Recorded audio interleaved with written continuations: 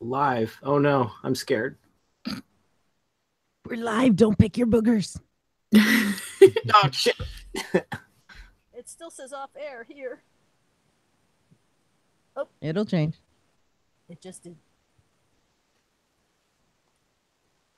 I'm going to post the link to the video in the Facebook group in case anybody wants to watch. Silly people. We'll use brown ink today. Like poop. Or the mud of Deadwood streets. Well, or the poop of Deadwood. I'm pretty sure the mud of Deadwood streets is 50% poop. Yeah, I think so. At the very least. Maybe more. Okay. I guess we'll start. We're in HD. Are we? Ooh. Yeah, that's what it says. Your black screen is in HD. Every single pixel of that blackness. Oh. Where's my avatar? Is my avatar not showing up? No. No, I don't know What? why. It just says, for me, it just says Sheriff Bullock, which could get confusing for people. Yeah. I don't see an avatar for Carol either. Is your camera muted? Is the camera icon white, Matt? Yes. Okay, so click it. Oh, but now it's Hey. showing my... Yay! That's not the one I wanted. Yeah. I had Al set. I set up to record with Al as my avatar. Oh, I didn't Yeah, know how you to had set it up working an on the avatar. other one. Yeah, I had some problems trying to get the avatar set up. I have Here's a problems. quick, hopefully, solution. If you go over on the left-hand side where it says Hangout Toolbox and click that. Okay, let me. Okay, all right. Hangout Toolbox. Yeah, it might Opening take the a second to load. toolbox. Downloading app. There we go. It's doing the same Downloading, thing for me. It downloading. should have that. Or you could just plug in a webcam and we could all see your lovely face. Yeah, no, that's not going to happen. No, so not going to happen. Yeah, I was just looking to see what I could do, but would it be on settings or what would it be? Still. No, you can't do Trying to anything, open it. Carol. You're on an Okay. I I love- can't I do love anything. that. That's kind of You love what? the story of my life these days. So Well, I'll play around with this while we get started. I'll introduce us. Welcome to HoopleCast. I'm your host, Matt, and as always, I'm joined by my regular co-hosts. Carol. Matt? Mal. And we have two guests, and their names in alphabetical order are... Nuke Jaws. And Steve. You got to talk into the mic, Steve. Oh, all right. Steve Banvard. Full name. Can we have your social security number too? Your address. Think I'm gonna hike up his volume too. Yeah. There we go. Because Steve is driving this stagecoach.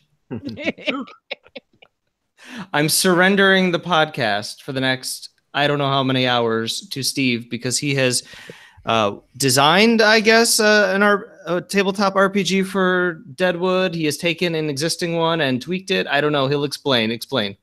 Exactly.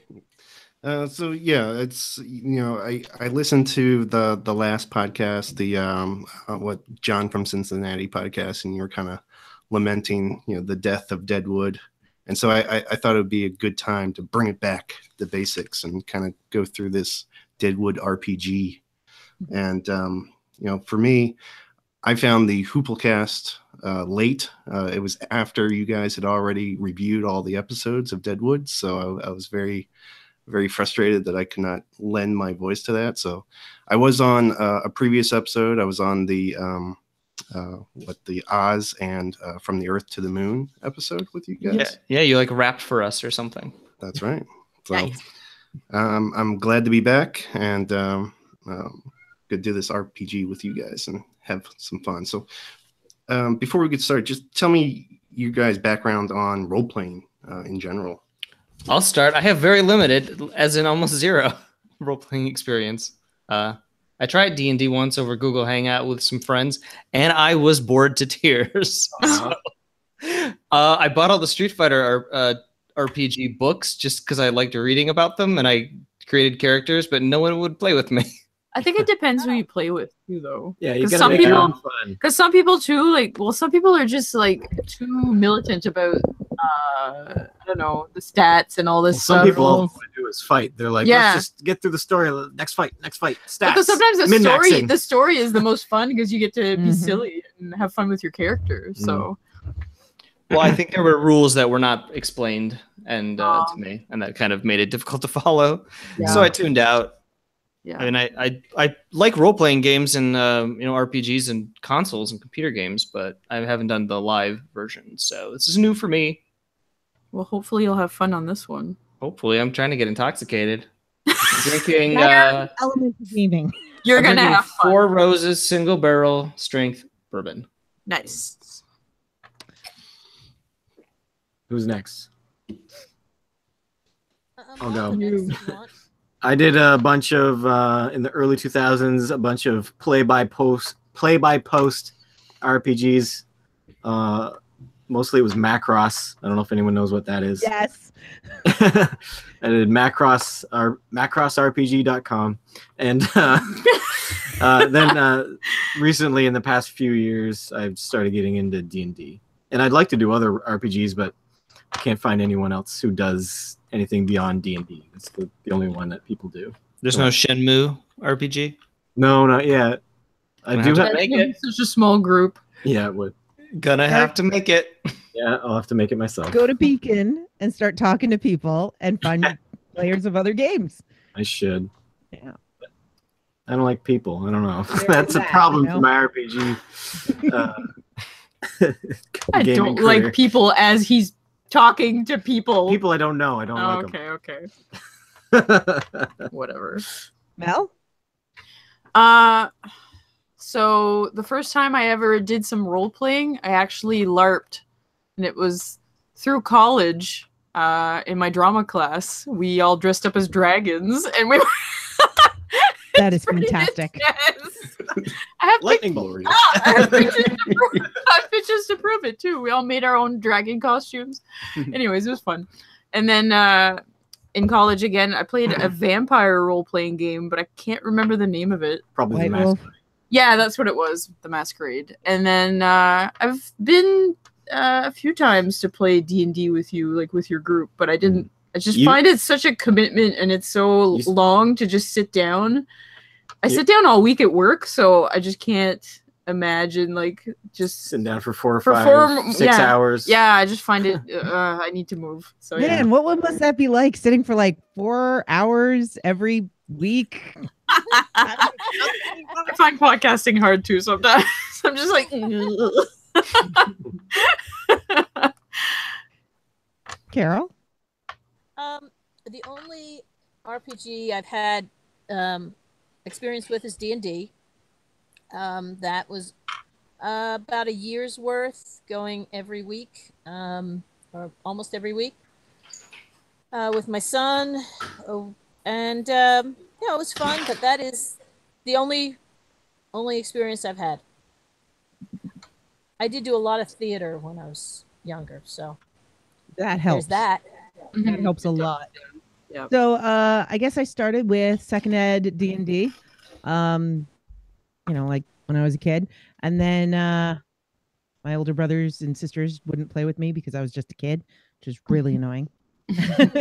And all through college, I did kind of play by post, but it was in chat rooms, Star Trek, and a whole bunch of other things on WBS.net. For anybody that remembers that. And then I got into, basic D&D again, Shadowrun, Legend of the Seven Rings, things like that. And then started expanding, and as I got older, more interesting things like the Fate system. And I'm going to mention something. Anybody who's ever been interested in trying out gaming but doesn't want to do a huge commitment, start with Fiasco, which is very different, and it's great for drama people because it's all about the role part of playing, and dice are very little used. They're more used as tokens than anything else, and everything that happens is based on how you act out a scene, and everything's done in 2 hours.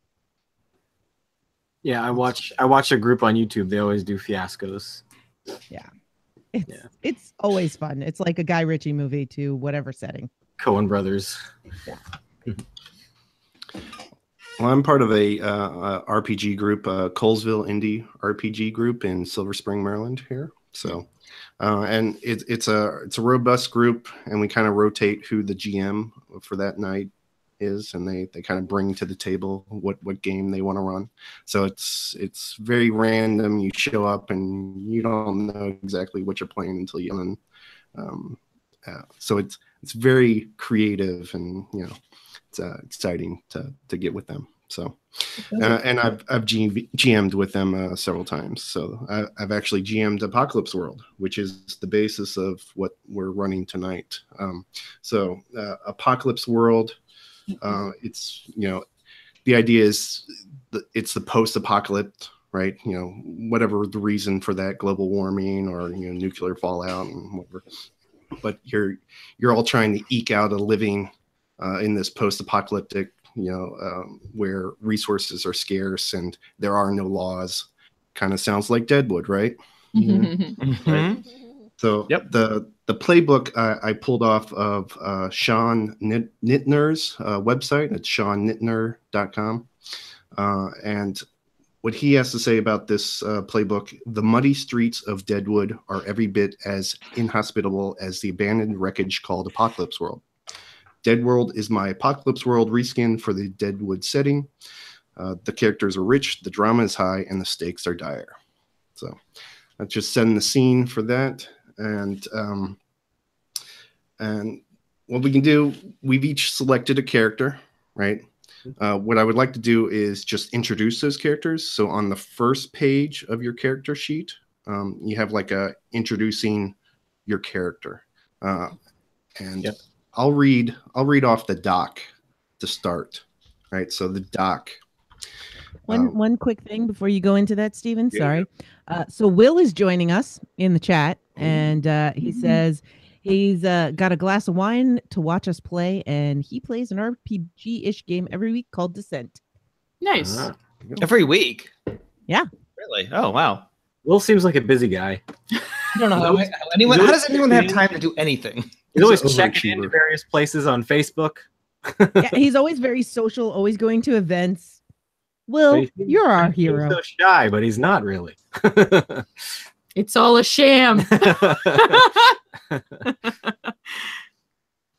right. Thanks, Will. Thanks for joining us. Yes. All right. So the doc.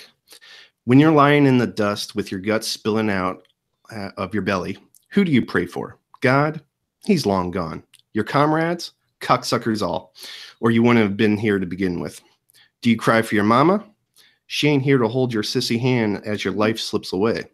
No, you pray for someone who can dull the pain long enough to stitch you back together. The only one in town who can hold their hand steady when there's that much blood. That someone is the doc. And if you're lucky, they'll get there in time. So that's the introduction of the doc. And if each of you could just go around and introduce your character just with that description to start with. Sounds good. I'll go next.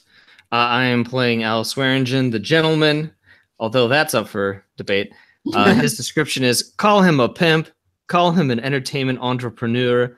Just be careful what you call him to his face or otherwise, as word always gets back to him. Or to his face or otherwise, as word always gets back to him. The gentleman combines a reputation for brutality with an uncanny instinct for forging political alliances. Ruthless and with fickle mercy, the gentleman has his fingers in every pie and is influential in guiding the town towards where he feels. Why? It's hard to read this when Mel's just laughing in the background after I say every word. Get your fingers out of my pie! Fingers in every pie. And is influential in guiding the town towards where he feels most profitable for his own interests. Right? Pie. Pie tourists. It's pie tourists. Pie tourists. I'm the muscle. Can't you tell? If anyone in camp has a lick of sense, they'll steer clear when they see the muscle storming through. He doesn't take shit from any cocksucker. He's even more dangerous when he works for someone who can do the thinking for him. He can be fiercely loyal enough that he might do a little creative interpretation of his orders if the situation calls for a heavier hand or a sharper blade. And what's your name, Muscle? Dan? Yes. Dan Doherty.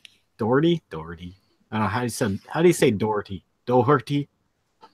Doherty. You were close at the beginning. Doherty. Doherty. Doherty. French people trying to be Irish doesn't work. No. I'm not French.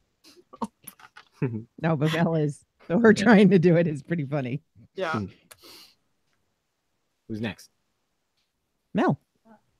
Well, you better scroll down there. All right. Thank you. I am Main character. Trixie, the whore.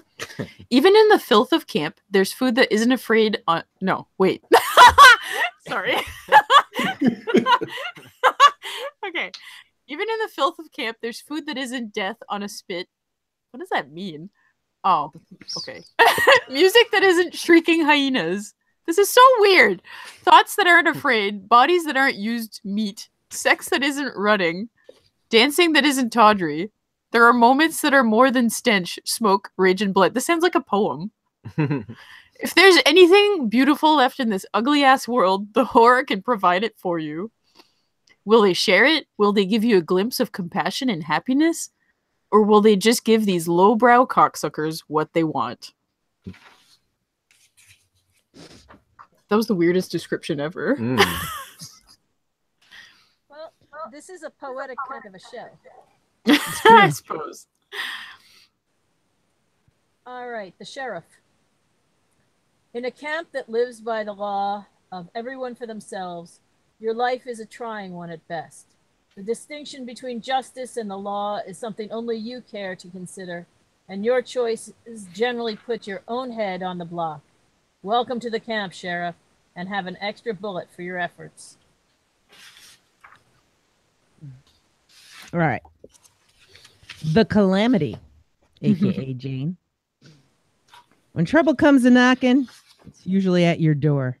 You may be out of practice, but you bet you can still take on any sumbitch who stands in your way. Any tenderness you once had was lost on the open road, and goddamned anyone receives your help who don't deserve it because you've got no compassion for them cocksuckers.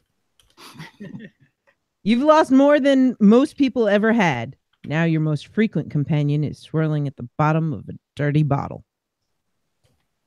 All right. Excellent. That's everyone, right? Yeah, I think so. All right. So at this point, we're going to do character creation, right? So if you flip to the second page of your character sheet, down the middle column, it talks about creating your character, right? So it starts with a name, right? So these are all characters from the show, so they all have names, and they're all pretty recognizable names. All right, so we can kind of skip over that. Look, it's what you're wearing, right? Fashion. Now this is where it would say whether you have armor or not. So if it doesn't say, you can assume you have 0 armor. Everyone has 0 armor. So if it says that you have armor worth 1, then you can mark 1 in your armor box at the top. Right? Does a corset count as armor? No. Metal corset. Yes. So do we have an armor or not? So let's see. Al does not have armor, so he has 0 armor. I'm wearing a union suit. You're squishy. Yes. Yes. No armor, but We should all start out wearing union suits. A dirty union suit. What do you think this is, like RPG character creation page? So I will tell you, just to start off, what the muscle, Dan Doherty, has 1 armor. Yep. And the sheriff, Seth Bullock, has 1 armor. Those are the only 2 characters that start with armor. It's your badge. That's your armor. Tiny piece of metal. No, it's my knowledge, my skills. Go get a That's my passage. armor. Your gruffness. That's right. My steely stare. There you go, steely stare. And then the characters, the Doc, right? And Jane has a special move to give them armor if they choose that, right? So that's that would come down to the moves section. Yeah. If So I'm in next my one, cups. yeah. So next one, stats. Choose one set of stats. So you have 4 options to choose from. Just choose one of them. And those numbers would then go into the left-hand column where you actually have those stats listed. You can just write those down. Is sharp like your wit? Yeah. Yes. So it'll tell you what you it has a description next to the stat of what you can do with it. So Right. Yeah. if you are a sharp person, then you can read this decision and you can read a that's how smart your situation. Is anybody else having trouble hearing? Like, is it?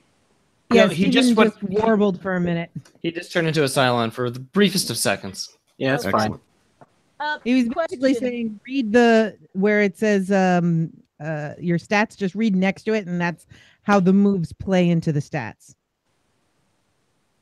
Yeah, so if you're cool, you can act under fire coolly, right? And you don't freeze up. You're cool under fire. Grit is when you go aggro, when you attack someone or seize something by force, right? Hot is when you're trying to seduce or manipulate someone. Sharp is that reading reading in person. And will is when you indulge in your vices. So there's some negative numbers in there too, huh? Yeah, It could be rather. it could be. Yeah, so I chose for mine, I wanted to be extra hot so I could manipulate people. But because of that, I took a -1 penalty to will, indulge your vices, because I thought that was character appropriate. Yep. And I wanted to definitely have a point for sharp for reading a situation. Okay. So. I'm gonna do +2 cool, +2 grit, -2 hot, 0 sharp, and 0 will. What's our total points again? I don't know. There's just a list of what you can have on the Yeah. right hand You only side. get 2 points, and you can get more if you subtract other parts. I don't you have to choose one. Yes, Oh, it sort of that's- balances it so you're not so OP. Here's a question. What do Okay, you some think? of these are kind of negatives, and is it negatives on top of negatives? Because, like for instance, will indulge your vices. A +1 would be you don't indulge your vices, and a -1 would be you do, or You always want pluses, really, for when role playing. When you roll your dice, right, you want pluses. right. Yeah. Yeah, she's right though. The phrasing of that's a little tricky because it seems negative to begin with. It's the only negative sounding one based on the others. Well, in this system, indulging your vices is actually a good thing. Oh, Right? If you're liquored up, right, you have like crazy visions of what I should do next, and you start pontificating what it's Deadwood setting. So I mean, there's That's right. always I did read that. I forgot. It's up to you. Huh. She wasn't really under fire. Never. I'm sorry. I know I asked this before, but Steve, Yes. how many points do I have to spend? Or not? It evens spend? up to Do I have to do negatives? Well, It evens out to 3 about, Thank right, with the positives and the negatives. 3 in the it says positive. choose one set. Right. On mine it says choose one set. I didn't look at the others, so it's actually giving you specific choices, like 4 specific choices. Yep. As opposed to some of them where you just go in and you do whatever you want. Mel chose -1 cool, 0 grit, +2 hot, +2 sharp, -1 will. can you repeat that? I'm gonna write it everyone's down. So Okay. Mel for Trixie is cool -1, grit 0, hot +2, sharp +2, will -1. okay, doke. And mine for Dan is cool +2, grit +2, hot -2, sharp 0, will 0. Not hot at all. I'm negative hot.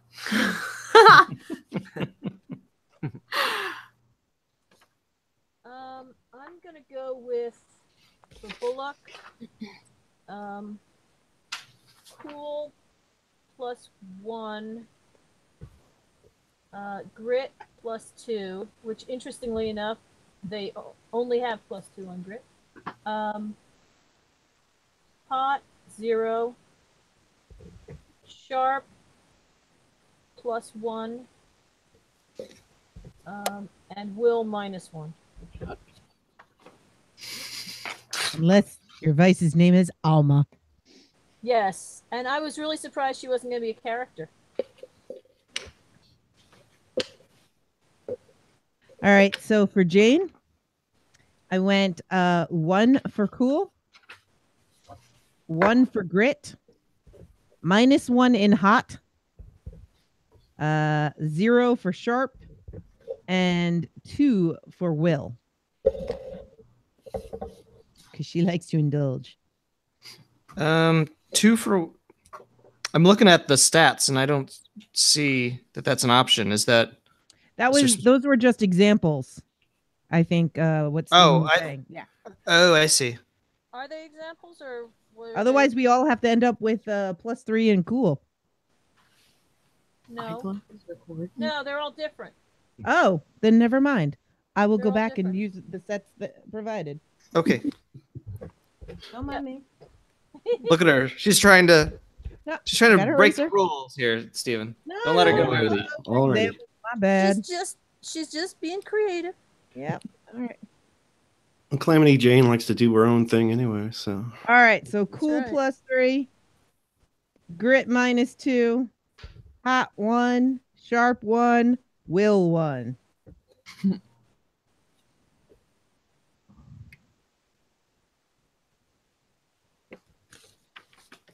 All right. That's everyone, right? So we'll move on. Did you do to yours, moves. Steven? Did you do yours? Oh, I'm not gonna do mine. Don't worry about it. You're not going to do yours? Okay. No, I'm essentially playing every other character in the town. Nice. All right. So I'll just wing it. Okay. All right. So moves. Choose 2 moves. So your moves are over on the right-hand column at the top, right? And you have 4 options. Just choose 2 of the 4. Mhm.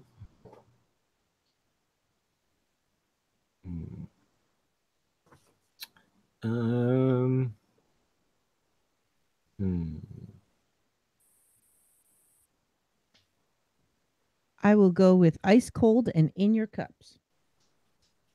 I'll go with True Grit and Blood Crazed.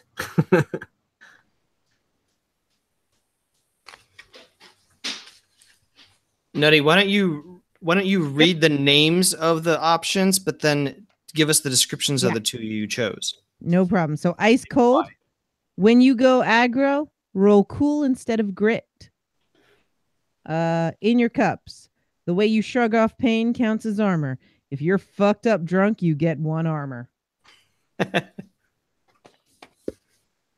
And I chose that off of character, not advantageous. That's right. You're gonna Yeah. have to role play that. Oh yeah. So my options were cool head. Get those marbles ready to shove in your mouth when you speak. Just throw some more dye in there. She'll break out the Jane accent we've heard her do before. I'm looking forward to it. So my options were cool head, a devil with a blade, fingers in every pie, and just give me a motive. And the 2 I chose were cool head. When you do something under fire, you roll hot instead of rolling cool, which is good because I gave myself the extra modifier for hot. And then I fingers in every pie. Put out the word that you want a thing. Could be a person, could be something to ease the pain, could even be just a thing, and roll hot. On a 10+, it shows up in your establishment for you like magic. On a 7 to 9, well, people make an effort and everybody wants to please you, and close is close, right? On a miss, it shows up in your establishment for you with a goddamn string attached. So I don't really know what that means, but it sounds exciting.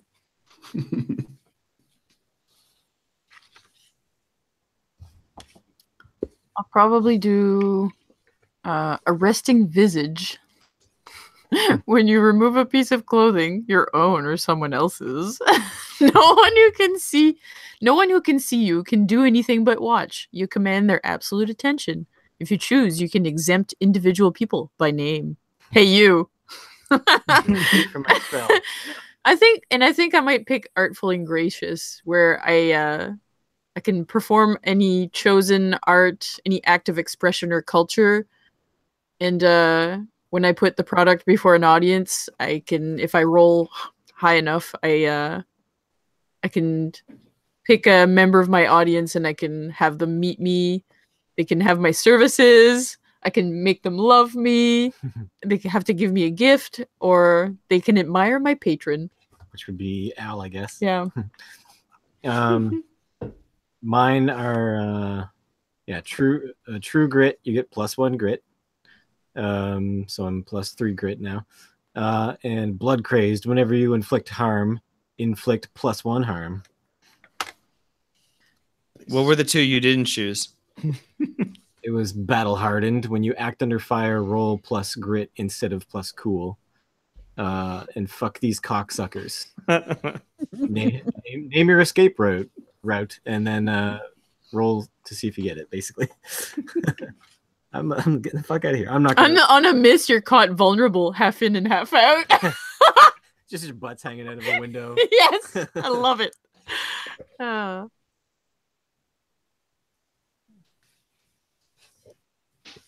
Okay, I guess that leaves me. Yep. Yeah, I'm gonna take. I am the law.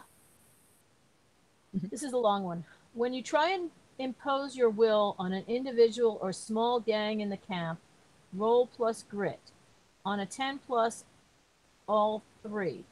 On a 7 through 9, choose 1. The choices are: they do what you want, they don't fight back over it, you don't have to make an example of one of them. On a miss, someone decides the camp will be better off with a different sheriff, or perhaps none at all. Ooh. Oh. Mm-hmm. So it's risky. two-sided. Yeah, it's risky, but hey, what the hell? It's very bullet. Battlefield instincts. When you indulge your vices, roll grit instead of roll will. Roll +grit instead of roll +will. All right. Yeah, I think the I am the law one. I think so too. Yeah. Mel, I had you written down as artful and graceful. What was your other move that you picked? Arresting visage. Arresting visage. Check. I love Matt put in between brackets strip. Yes. It worked against Hurst. You know, she removed part of her clothing, and he just could stand there. But it's odd if she can remove someone else's clothing and they're hypnotic. Well, I mean, you'd be so confused. That's so rapey. I mean, he would have done the same thing if she started stripping him. He would have been like, "What the?" and then bang. Yeah, it's true. It's true. Yeah. All right. So after moves, gear, right? And you have to read what your gear says. It's usually weapons. You're selecting which weapons you want, and we can go down the list, similar to what we just did for the moves. So I get one fuck off big gun, and for that I will use not a gun. I will use black powder grenades. What the hell? They are plus. They're 4 harm. Close area, messy reload, and loud. Grenades. The fuck? I love it. Okay. So 1 sec. Wrote that down. I get 2 serious guns, so I'll use a hunting rifle and a handgun.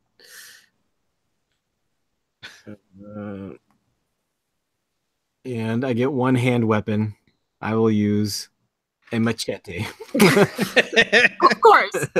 Hey, but this is different. Doesn't he just have like his knife? Yeah, You should have got the mini knives because that would have been hilarious. Just like he does. I think he's had a shotgun. here we I go. like Oh. machetes.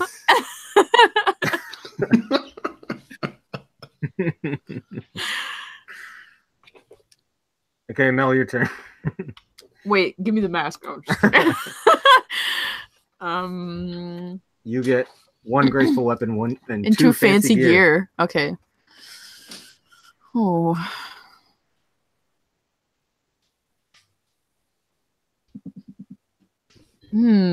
Oh, these are all good. Ooh.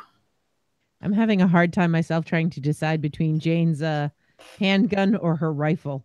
Like, I don't understand this too. It says in my fancy gear, it says a pet valuable alive. Like how? Like what? What kind of pet would you have?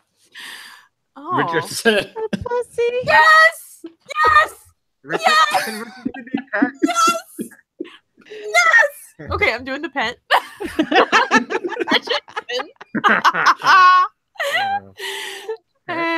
Brackets, Richardson. And I like the idea of having a long, gorgeous coat for some reason. It's just Is that what you want? yeah, Okay. sure. What was your weapon? I missed it. I didn't pick it yet because they're all like so interesting. In the show, she borrowed Saul's poo butt gun. And we were like, like- what the hell is a poo butt gun? I like this sleeve pistol. Yeah, You talking to me? yeah, I like the sleeve pistol. I think that's cool. She That's had, very she did have a pistol. She shot the John and the pilot. There you go, sleeve pistol. She's had kind of like a Derringer, the little Yeah. tiny. A sleeve pistol, a long, gorgeous coat, and Richardson. Richardson's your pet? Yes, That's awesome. I'm so happy. Oh, yay! Okay, so I get, for my gear, I get an establishment, and I get a wicked blade, like a kitchen knife or a 12-inch razor sharp scissors. I'm going to go with just a razor blade. Because you look Nice. like a barber. Because then I can give it to Trixie, and she can use it on my corns or whatever she did. Ew, no. My establishment features one main attraction supported by two side attractions, like a bar that features drinks supported by music and easy food. Choose one to be your main act and two for support. And I'm going to read all the options here. Luxury food, spectacle, drinks, music, easy food, coffee, fashion, games, drugs, sex, art, scene. I don't know what scene refers to. But you're like you with can- it happening. You like, can have improv groups. Oh, that yeah. Oh, I don't want stand-up comedy or improv at my place. No, thank you. Unless it's the marvelous Mrs. Maisel. I'm gonna go. Number one is my main my main feature is drinks, and then I will also have sex and music because I just got that piano. I want to use that piano. You just got the piano. I love it. For my establishment's atmosphere, choose an underline 3 or 4. And these are the options. There's a lot of options here. Bustle, intimacy, smoke shadows, perfume, slime, velvet, fantasy, brass, lights, acoustics. There'll be no acoustic music at my establishment. Anonymity, meat, eavesdropping, blood, intrigue, violence, nostalgia, spice, quiet, luxury, nudity, restraint, forgetting, pain, kink, candy, protection, grime, noise, dancing, chill, masks, canned fruit, and a cave. So I am going with, Remember the peaches? I am going with number one, obviously, is canned fruit. That looks so scary. We need will be- peaches for a meeting like this. I mean, it's way too important. We will be having canned fruit. Blood, obviously. There's lots of blood to clean up. Protection, because I will bring any, mothers under attack and their children into my whores rooms to protect them. And then, I don't know, I was torn about a fourth one. Mel, you're adorable. I love the glasses outside the helmet, the mask rather. Well, you can't fit For it those of you inside. listening at home, Mel is now wearing a Jason mask. I'll go for violence, number 4. Jason approves. Jason never had such awesome hair. Okay, is security one of the options up above, Steve? No, so Or is this will be a separate option. Yeah, separate selection. Oh, I see. So for security for my establishment. Yes. Okay. Well, then I want a real gang. So you got what? Canned fruit? What else? Canned fruit, protection, violence, and blood. Oh, okay. I'm just imagining a really slippery floor now. Because of all the blood. Or I could have gone with candy. Oh. Candy and blood. Sounds like the van of my dreams. All right. Who's next? I guess that's me. All right. So for gear. Oh, by the way, can I switch from I Am the Law to Daredevil? Sure, you can. Sorry. That's a different Daredevil. intercast. Daredevil is just, you get +1 cool. So it's simple. You're the only one who gets a horse? What? Damn Yep. straight I get a horse. Of course I get a horse. Okay. Keep it away from Steve. Gear. In addition to your horse and deputies, choose 2 no-nonsense weapons. I kind of have to go with the classics, I think. The Colt Peacemaker. Pacemaker. Pacemaker. It's the opposite of a pacemaker, but it's okay. And the Winchester rifle. What's weird is it talks about reload, but wasn't a Winchester rifle an automatic rifle? I thought that was the whole point of a Winchester, was that it You was still one of have the to first reload it. automatics. You gotta reload it eventually, yeah. Yeah. It has more bullets. Yeah, but this just says reload, so I would assume that's after every shot you have to reload. No, it says reload. Well, I don't know. It just says reload. Yeah, I'm not gonna worry about it too much. It's flavor text. I think it differentiates it from a knife, which you don't have to reload. This is true, but all guns need to be reloaded. Yeah. Yeah. So. It's just stating the obvious. Okay. Okay, so that's the gear. Should I do the horse? I mean, that's the weapons. I should do the horse and the deputies as well, Correct. I assume. Okay. Yes. All right, my horse. Strength. This one has been really hard. I've been staring at this one for a while. Strength, I guess I'm going to go with rugged. And breed, Pinto. part of me, yeah, part of me wants to go with an Appaloosa, but I'm gonna go with Go with the Pinto. They explode.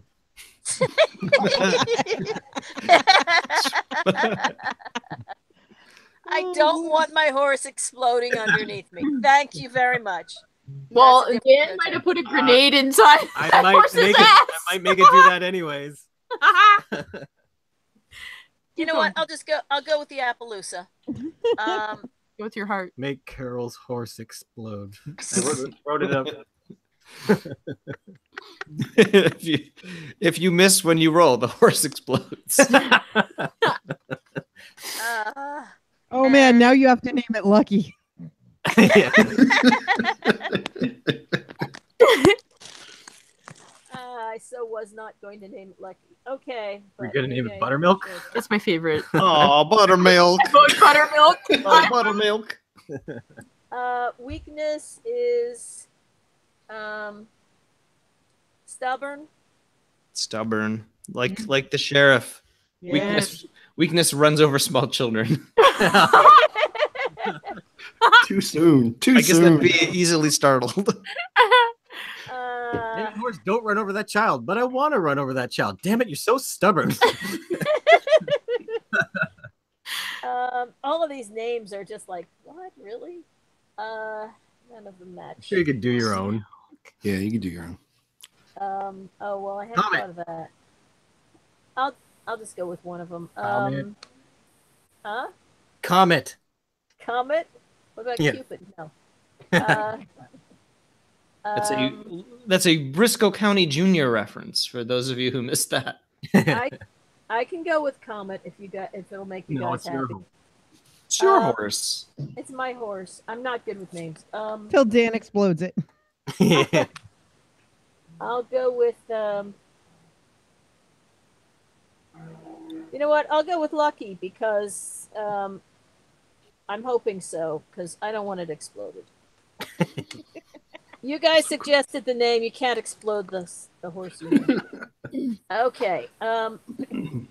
By default, your deputies consist of about 5 deputized townsfolk with their personal weapons of choice, most likely a firearm, and horses. They have horses. You guys don't. What can I say? They're disciplined under your command, but can be brutal or heavy-handed if unsupervised. Sounds like a group. 2 harm, gang, small, savage, 1 armor. 2 harm, gang, small, savage, 1 armor. Okay. Choose 2. Your deputies are well armed, is +1 harm. Your deputies are fortified, +1 armor. Your deputies are well disciplined, drop savage. Your deputies have jobs in the community or are gold miners themselves. The posse gets plus rich. Huh. Okay.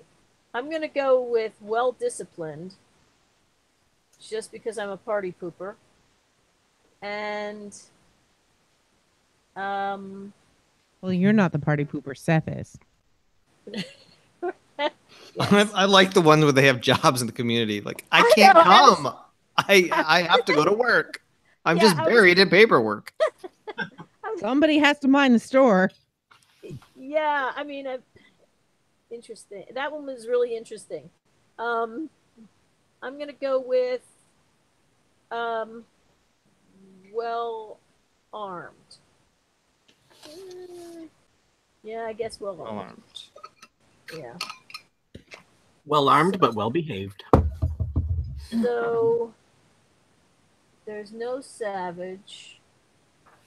There's +1 harm. And it's 1 armor. No, wait a minute. If unsupervised, 2 harm. I'm not sure what the. Steve, help us out on this. All right, so your harm in the box for harm, you would write 3, right? Because you got the +1 harm. And then for armor, you would write 1. Okay. And that pertains to your gang. And then you as a person, you also have 1 armor. So your gang is as set as you are. Oh, you know what? I probably should have, since they had 2 armor. I mean 2 harm, 1 armor. I probably should have gone with the well fortified and given them a second, so that they've got 2 armor and 2 harm. You want to do that? Yeah, I want to switch that. I want to give them 2 and 2. 2 and 2. Check. 2 and 2. Yeah. Because I forgot about that extra stuff up top. All right.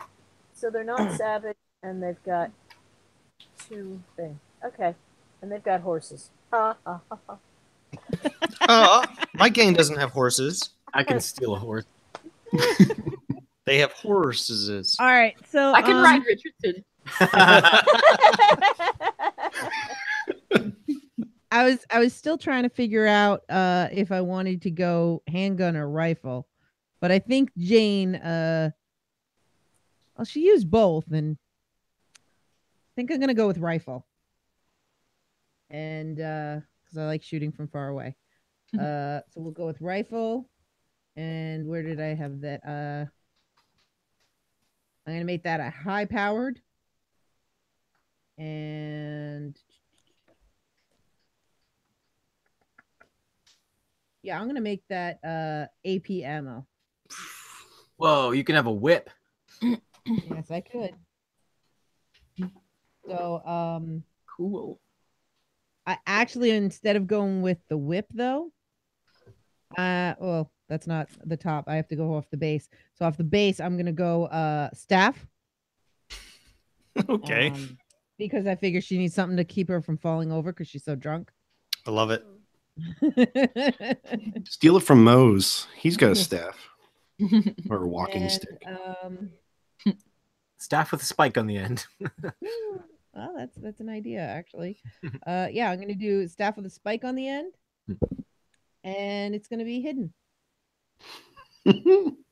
Whoa. The spike is going to be hidden. You're like the penguin with the Yes. umbrella with the blade at the end of it. I love the penguin in Gotham, by the way. He's so much fun.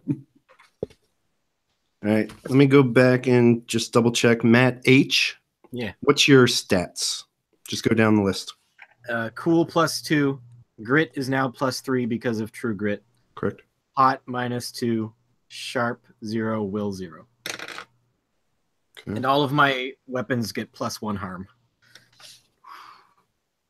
So that makes those grenades +5. That horse is gonna really. He's gonna blow up explode. good. I like the one that the doc has a skill called "Breathe, damn it," and he's got a kit full of stuff. Matt A. Read Yes. down your stats, please. Oh yes. Stats: 0 cool, 1 crit, 2 hot, 1 sharp, -1 will. One will. All right. All right.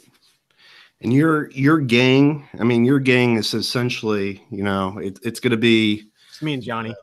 Yeah, it's going to be Davey, the bartender, Davey. It's going to be Silas Adams. It's going to be Johnny, right? And it's going to be Dan Doherty if Dan allows it. Since Dan's an actual player character, he may not go with you, but he'd be foolish not to, right? He pays my bills. All right. Cool. All right. So we got a character creation. We're all set. Mm-hmm.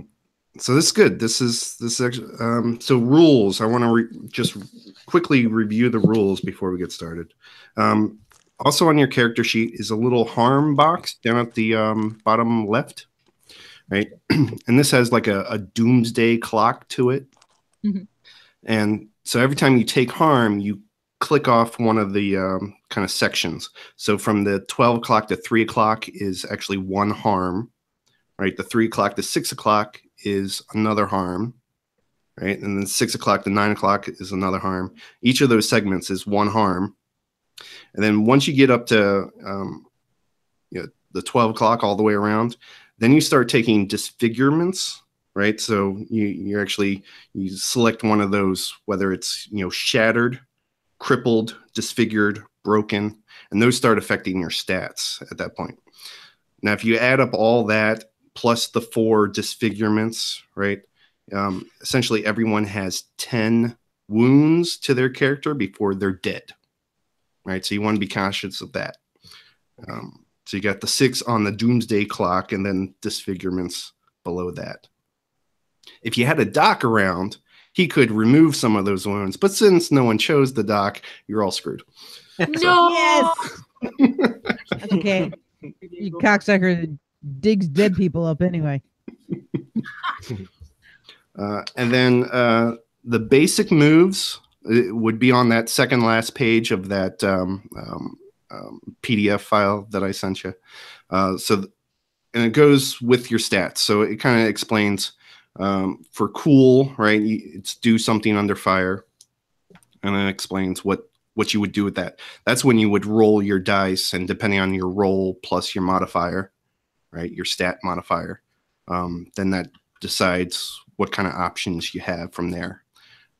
There's go aggro. There's seize by force. Both of those are under grit stat. There's seduce or manipulate. That's under the hot stat. There's read a sitch and read a person. Both of those are under the sharp stat. And then indulge your vices is under the will stat. And so we'll kind of just go through during gameplay what your options are, and depending on what you roll, you're limited what your options are. So I'm not going be too heavy on that. I like the idea of this being role-playing centric, right? And before we get started role-playing, I just want to send out a disclaimer, a word of caution, right? The Deadwood setting, as established by the HBO show, and kind of what you've heard so far, listing off the characters, it's known for its liberal use of profanity and colorful language. So expect this podcast to be explicit, right? And know what is said in character does not necessarily reflect the opinions of the podcasters. I thought that was true. Yeah, I thought that was important. Just a cover your ass kind of message. I'm pretty sure I already said fuck like 3 times. Exactly. It's just everyday life. Well, that wasn't in character. That was actually you. So that does. So if I was in character and I started talking about like Native Americans or Chinese people, it's not Matt saying it, it's Al. Yes. That's right. Yeah. Even though it came out of Matt's mouth. Isolate those clips. Oh, thank goodness we don't have N-word general in this game. Because even in character, I'm not saying it. All right. So if you're all prepared, we can start the actual session. Yes. All right. So I'm calling this one-shot RPG session, Nature Abhors. Right. That's the name of this. Abhors? Abhors. Is that a pun? Yes. Abhor? I'm sure. So the setting takes place directly following the series. So that season 3, episode 12, right? This is essentially the very next day. Maybe some time has passed, maybe like a weekend worth of time, but it's definitely within the same week. So picture your characters as they were when you last saw them. And that's exactly the same state that your characters are in right now. So it makes it real simple. And with news of the HBO Deadwood movie coming out, right? I'm kind of doing some fan fiction of how I would write that movie, right? So it's the morning of a new day. Right, a new day without Hearst. Thanks fucking Christ. It's still dark outside, so it's morning, but it's early, very early morning. The sun hasn't even rose over the hilltop yet, and we get introduced to our favorite Richardson. Richardson is praying to his antlered god, right? He's got his antlers up over his head and he's staring at this thing, right? Just in perfect repose. Like he's not moving a muscle. He's just totally focused. And this is our setting, right? This is great. This is perfect. E.B. Farnham, mayor of Deadwood, owner, I don't know, proprietor of the hotel in Deadwood. He walks out of his office. He sees Richardson there, kind of rolls his eyes, right? And he goes into a monologue, which I have prepared. Richardson, get away from there and scurry back to the hole from whence you came, lest the guests wake to witness you practicing your foul paganism. My, how I would watch with grotesque pleasure as they tie you to the pyre, and as did the Puritans of Salem. But would the mob stop there? In the wake of the demon Hearst's departure, lured back into the dark crevasses of the earth, the mob stirs. And does not Rome, absent Nero as witness, burn just as swiftly? The yellow horde of the flowery kingdom descends from the hills, while mercenaries and cutthroats of various size and stature drink and fuck about around Cochrane's Alley, in spite of the doc's protests. And yet, Hearst's shadow prevails in the form of an ever-present roaming pack of Pinkerton jackals, which, like scavengers, howl and nip at the weakest among us.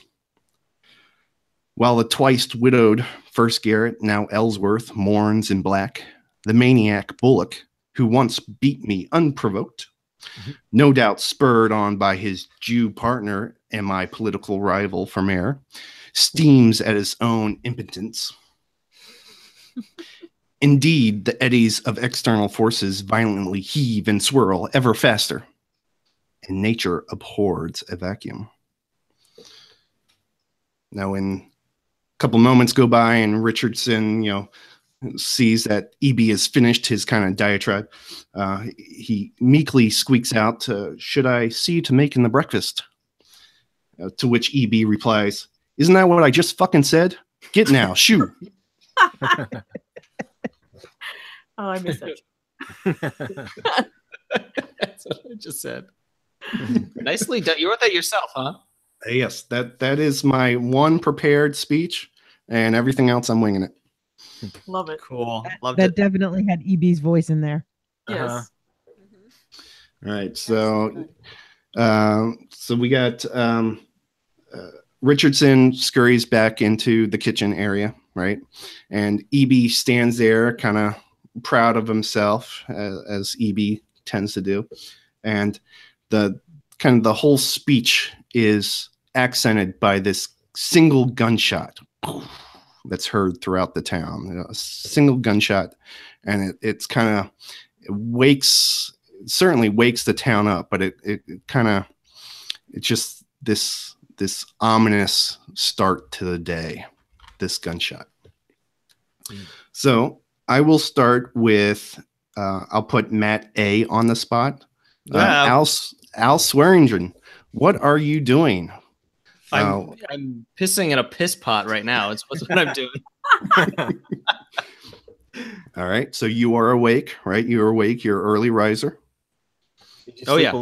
I barely sleep at all.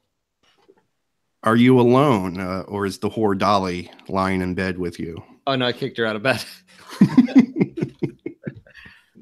She only exists for the purpose of someone to listen to while I give my monologues, my blow jobalogs. Jobalogs. Yeah. All right. So you're standing there. You're pissing into your piss pot. You hear this gunshot. What do you do? Seems pretty common in Deadwood. I think I ignore it. I may grumble under my breath, like, "Oh, what the fuck is this now?" Haven't had my coffee yet. I stagger down. I go get my coffee. Al, your coffee's ready. So Dan, are you awake? Is that you? Yeah, I'm already at the bar. I've got his coffee and I've got a shot of whiskey. You don't sleep either. And I'm like, I'm gonna pour it in. Whiskey in the coffee. Oh yeah. There you go. So Dan, did assumed. Yeah. Well, you don't Dan, always take it like that. Did you have the night shift? Were you working the bar at night? Is that why you're awake, or are you just an early riser as well? I'm always up before Al. I'm always ready at the bar when he needs me. Like a good muscle. Yep. Good muscle. All right. And the gunshot, are you at all interested in the gunshot, or you just rely on whatever Al tells you to do? It excites me. Violence is my thing. Now I get my jollies. The gunshot give me a little tingle. All right. Keep going around. Seth Bullock, the sheriff. Presumably you're at home, lying in bed with your wife, with board in the middle, or without board in the middle. She got rid of the board a while ago. Nothing's changed at that point. No, I'm up. I'm ready. As a matter of fact, I hear the gunshot. I'm already dressed. I grab my hat and my gun, and I head out to the street to see what happened. Excellent.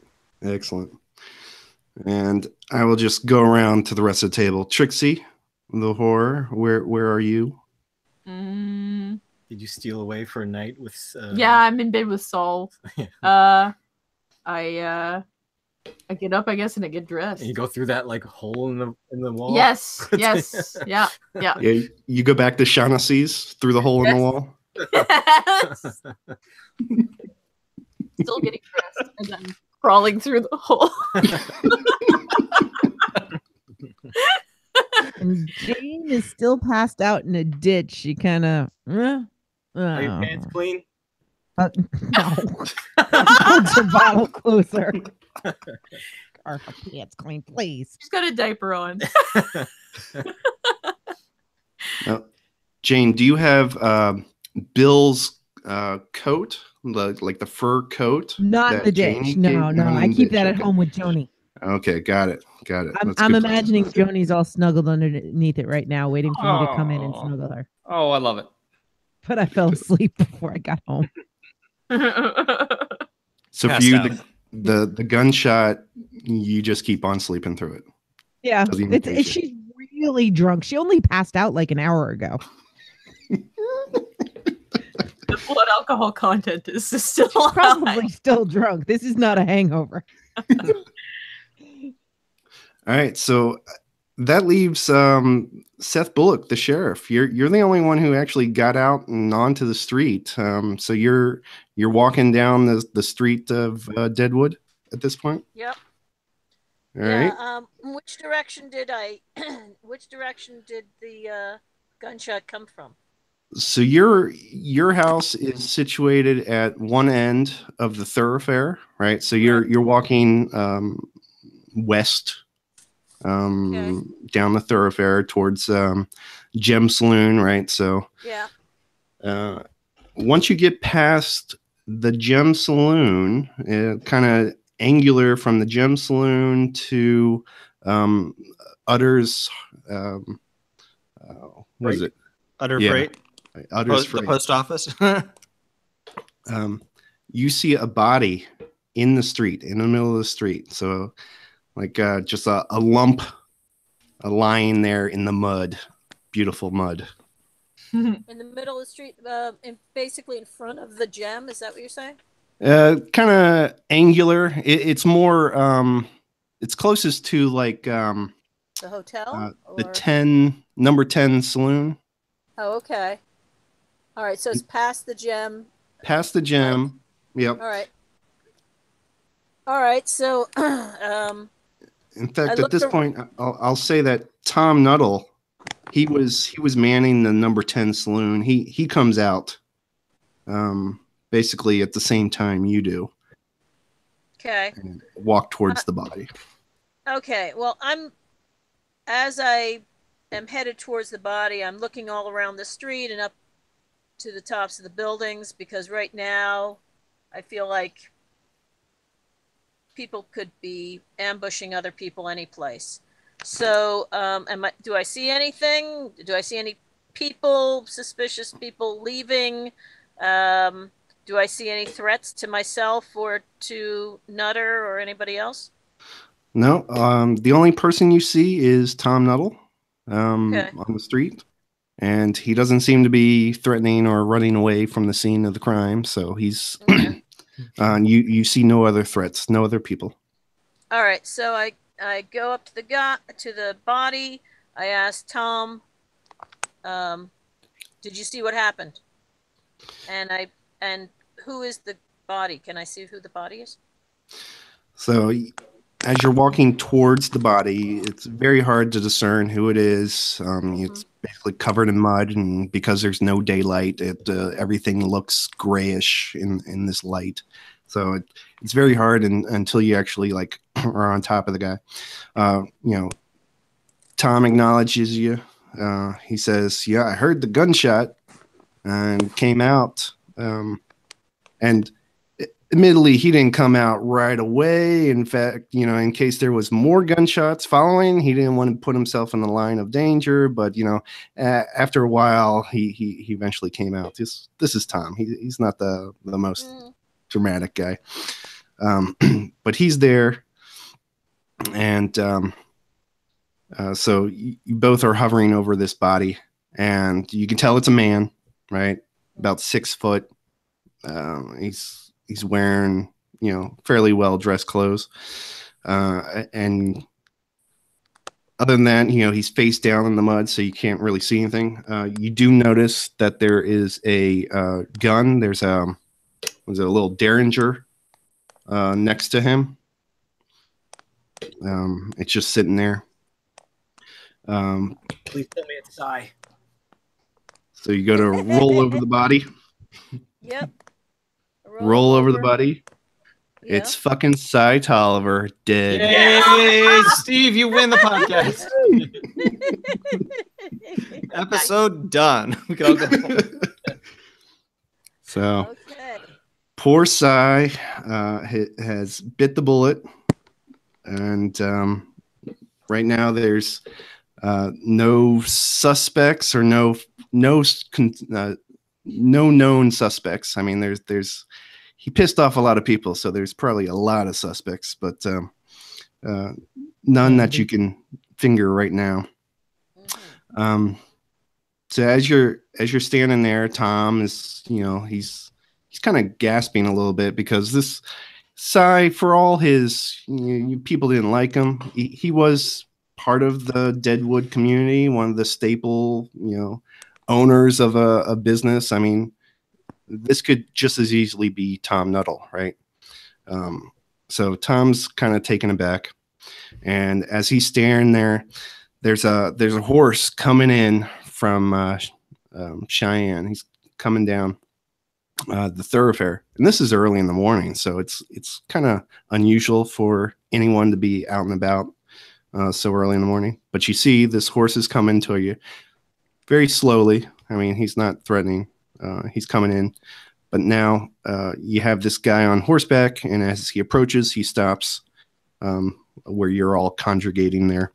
And this is Hugo Jerry. This is the commissioner from Yankton. Oh, it's Stephen Tobolowsky. Correct. And we have a guest star on the podcast. It's Stephen Tobolowsky. We should have invited him. Podcasts. Yes, he does. So he dismounts in a kind of awkwardly kind of way that he does, right? And he now there's three of you just staring down at this dead body. I'm imagining a lot of oh god.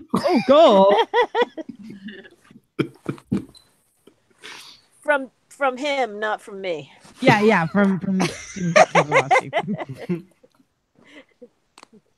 All right. All right.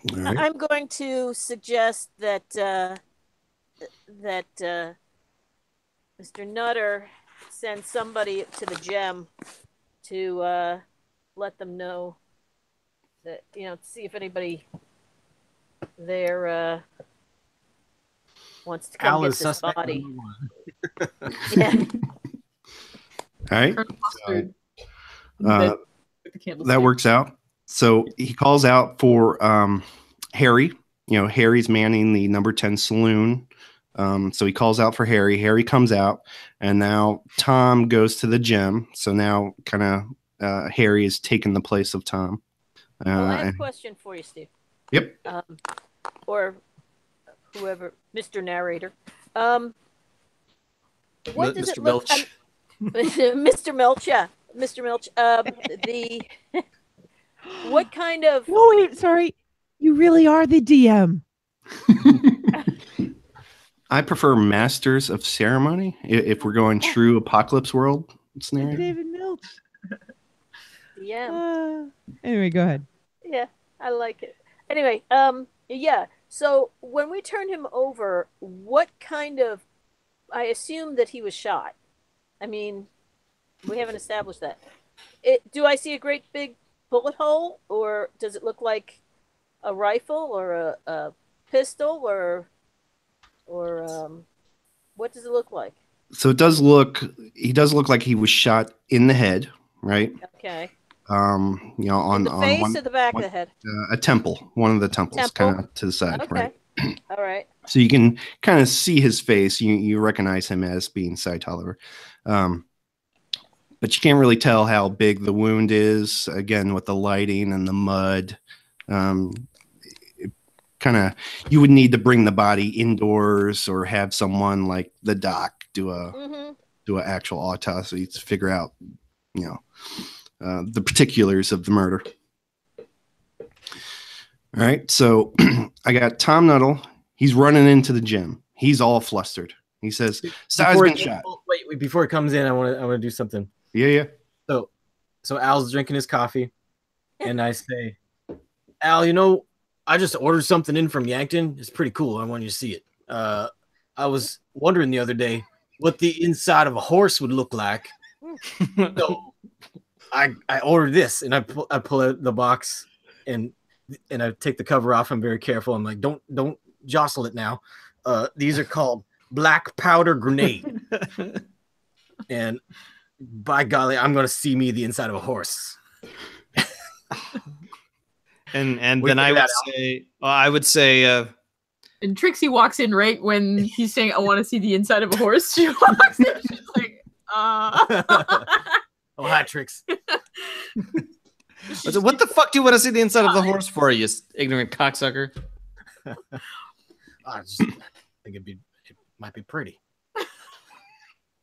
I'd Okay, be Tom. surprised that he never seen the inside of a horse. Hasn't everybody seen the inside of a horse at this point? Al, I've blown up a lot of things, but never blown up a horse yet.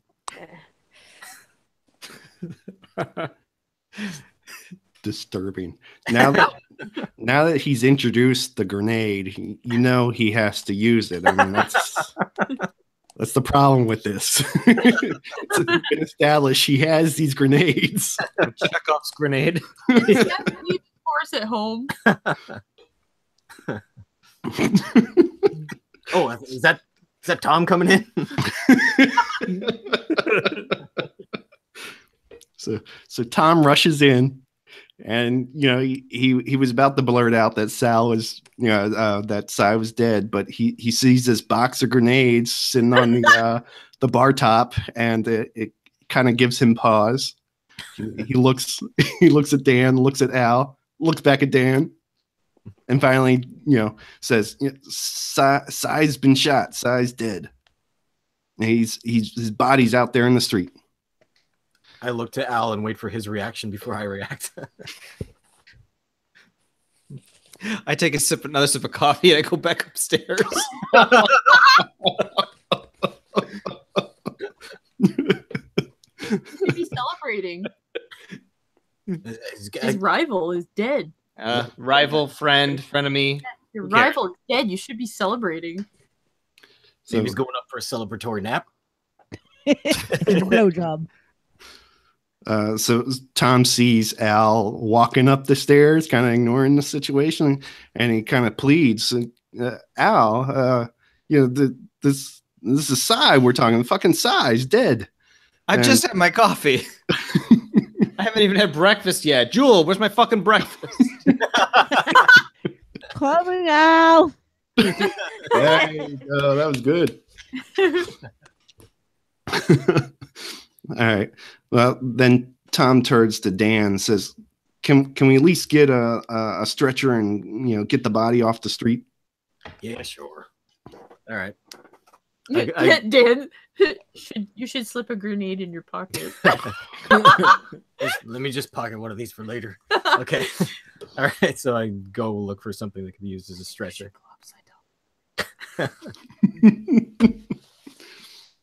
right. So there is a stretcher out at Doc's. Doc's Cochran's has a stretcher that's just sitting there always because it's always in use, and you can borrow it and bring a body back to him. That would be fine. Okay. That would actually be preferable because he's kind of a meek individual, and he prefers the bodies to come to him, whether or you can rouse him. I mean, you can rouse him if you. So where are we taking this? Are we taking this to Doc's, or are we taking this to Woo's?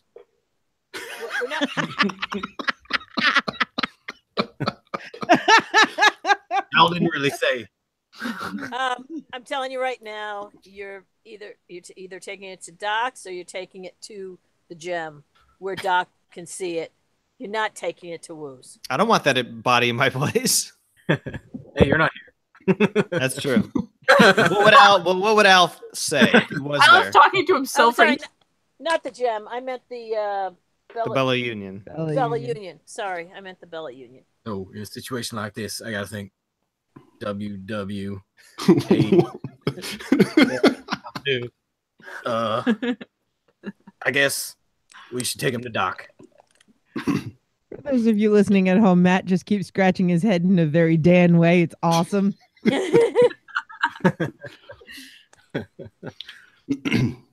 All right, so Dan, you take the stiff to Doc's. Is that the process? Yep. Yeah. So while you do that, I'm gonna have the sheriff. Actually, I'll say Commissioner Jerry suggests that we all move inside since Dan's carrying off the body. By myself. How am I doing this by myself? Big guy. Dan's strong. You're the muscle. Yeah, but show me the muscles. Somebody needs to hold it back. I guess I could just drag it through the mud. Meanwhile, back at the gym, Al briefly goes back downstairs and says, "Davey, go help Dan with that body." Yeah, I mean, Dan, you didn't think of bringing anybody with you? I mean, I just assumed Al would have sent somebody. Oh, here it comes. Hey. So Commissioner Jerry suggests that this congregation that's kind of outside move indoors so as to not attract attention. Right? Attention over a dead body would be very, very bad thing. Since when is there a tension over a dead body in Deadwood? Well, so Commissioner Jerry is very, very. I want to say he has a lot of angst right now because there was just some elections that went on, and he doesn't want any prying eyes to kind of look negatively towards Deadwood. So he kind of wants to sweep this under the rug if possible. So he kind of wants to get the body off the street, move everyone indoors, and leave it at that. Seth is glaring at him like he's like you do. Like you do. Like with rage. Like he's trying to set the guy on fire with his vision. Can I make Jane's ditch like right in front of Doc Cochran's? Yes, you may. So Dan has to step over me. The only way I can imagine she's going to wake up. Sorry, Jane. What the fuck, Cochran? What are you doing? Si's dead. Good. Did he kill himself? Maybe. Good. Johnny told me he might kill himself. Here, let me help you with that. Oh, thanks. Harry Manning lets out a huge fart. So Carol, if you want to read a person, if you want to read Commissioner Jerry, okay, you would roll a 2d6 plus your sharp, I believe. What's my what? My sharp. Sharp. Yep. Okay, so 2d6. Ooh, that wasn't good.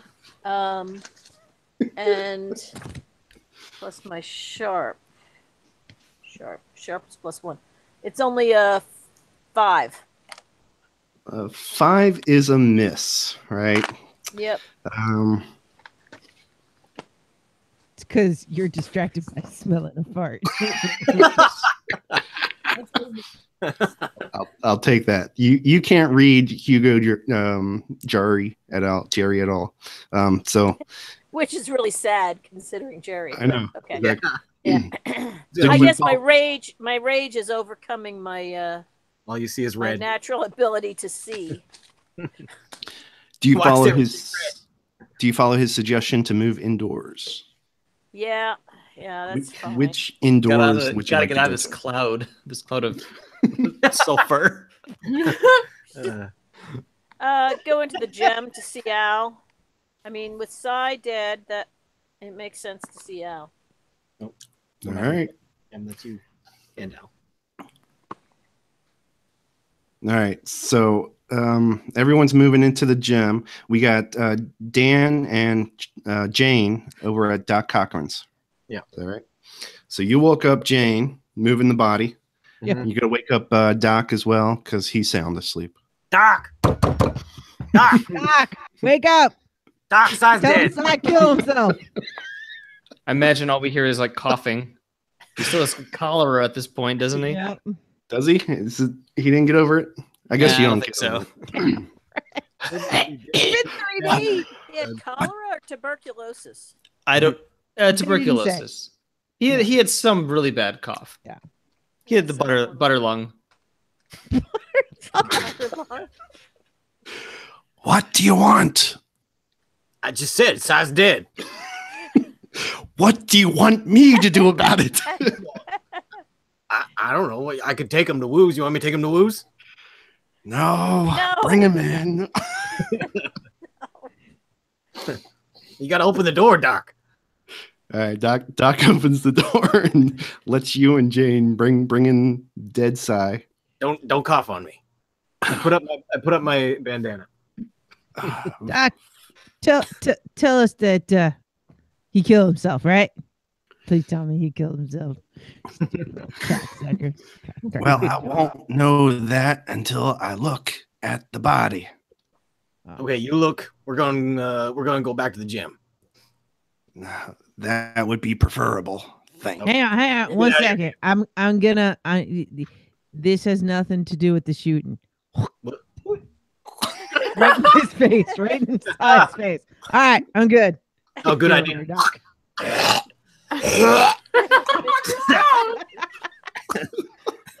do it too. Fuck Cy. Fuck that guy, that cocksucker. The Doc also says "fuck Cy" for waking does he up so early. They hawk up a really gross loogie on him. Oh yeah, he outdoes both of you.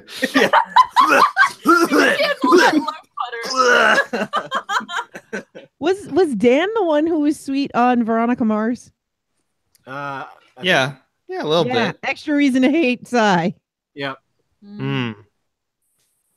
All right, so now everyone's kind of going back to the gym. Gym's the hotbed of activity around here. Duh. So who's all in the gym at this point? Everybody, I guess. So yeah, I think we got Tom Nuttall. We got Dan, Al. Who else? We got Commissioner Jerry, Hey, Seth, call it Dan. You should call for your Jane. Oh, how do I do that? I don't know. I stick my head out the window and yell at Richardson. Do you have like an animal sound that he comes to? Yeah, I make a deer sound, and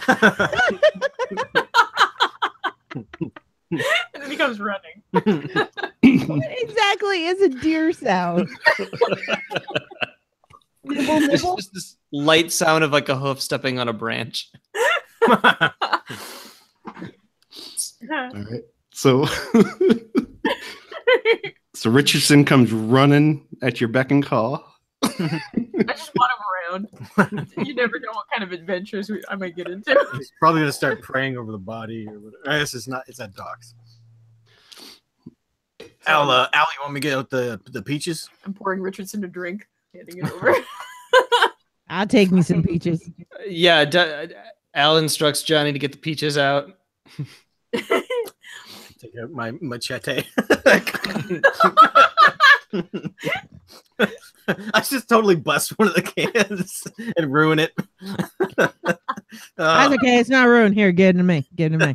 We Okay, just you share have that that one. share a single can. We pass it around. We're all upstairs in Al's office. I've ordered Harry Manning to wait out on the farting patio.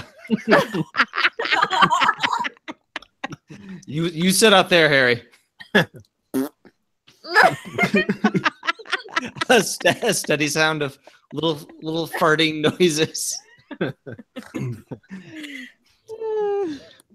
right, so Commissioner Jerry, he starts up. He's saying this is not good. This death at this hour, this day, it's poor reflection on Deadwood and quite frankly on me. And I would not like the news of this to get out too far. And he's weak and mumbling. It's kind of just the way that he does.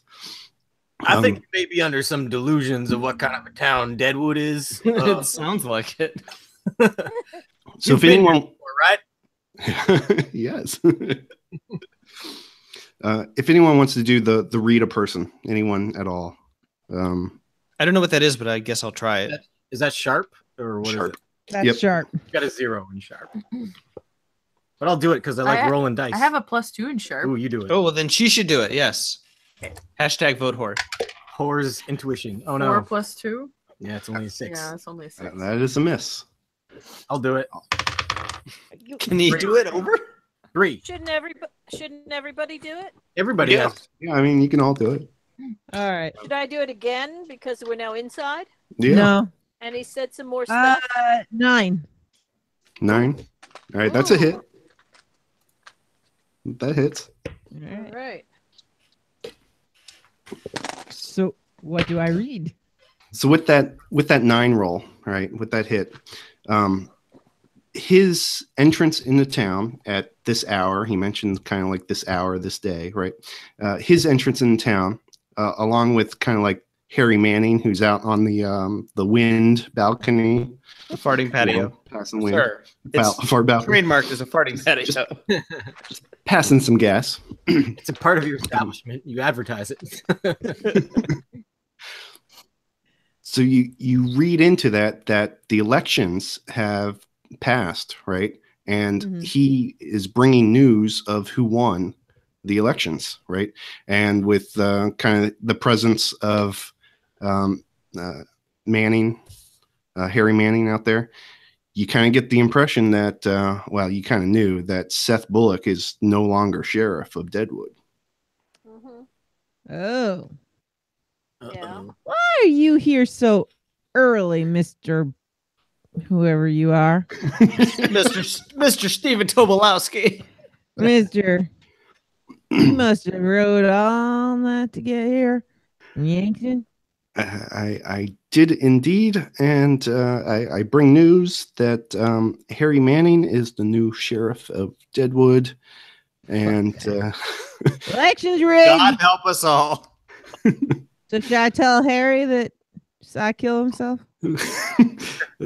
that might be the best outcome of this, because now that he's sheriff, he has a murder on it, or an investigation, and unfortunately, as Yankton commissioner, I'm going to have to request that a thorough inquiry be made as Harry Manning's first official duty as sheriff.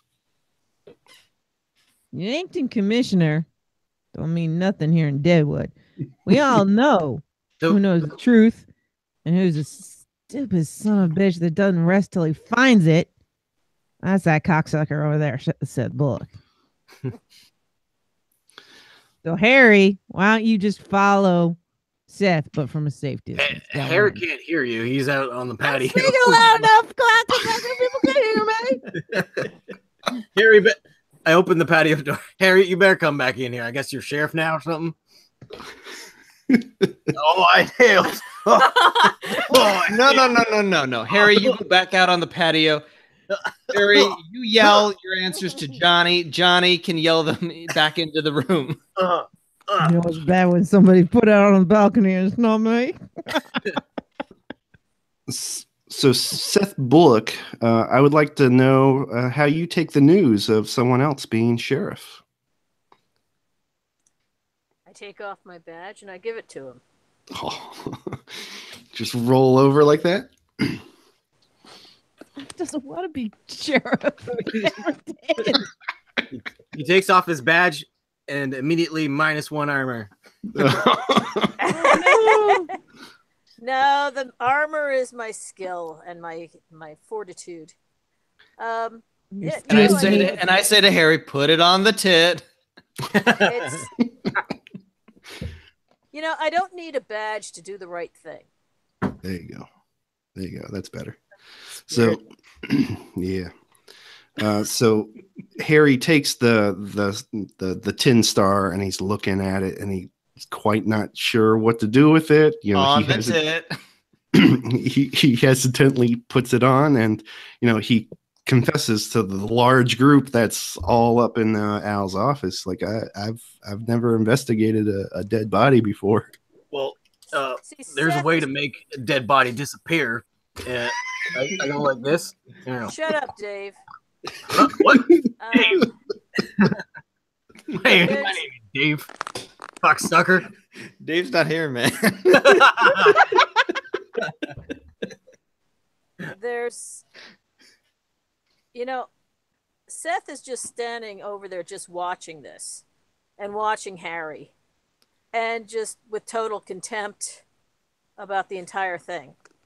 Because the fact is that he knows that he can go back to being in the hardware business. I mean, he is in the hardware business. And this fight that's coming, it doesn't matter whether he's got a star on his chest or not. It's all going to, come out in the wash. Mm-hmm. That's good. So, it's Harry, sheriff, whatever. You don't have to investigate much. So I was ready to kill himself. He'd kill himself. I concur. so the consensus is that Sai killed himself, and And then he yeah, spit on himself. He he spit up all sorts of things on himself. He was a sorry motherfucker, and he just couldn't stand it anymore, and he shot his own brains out. That's it. And then a fountain of spittle just spewed out of his mouth. Yeah. Yes. Harry, the doc should be looking at him. He can tell you whether he shot himself or whether somebody shot him. All right. Now, question for Jane, just for character.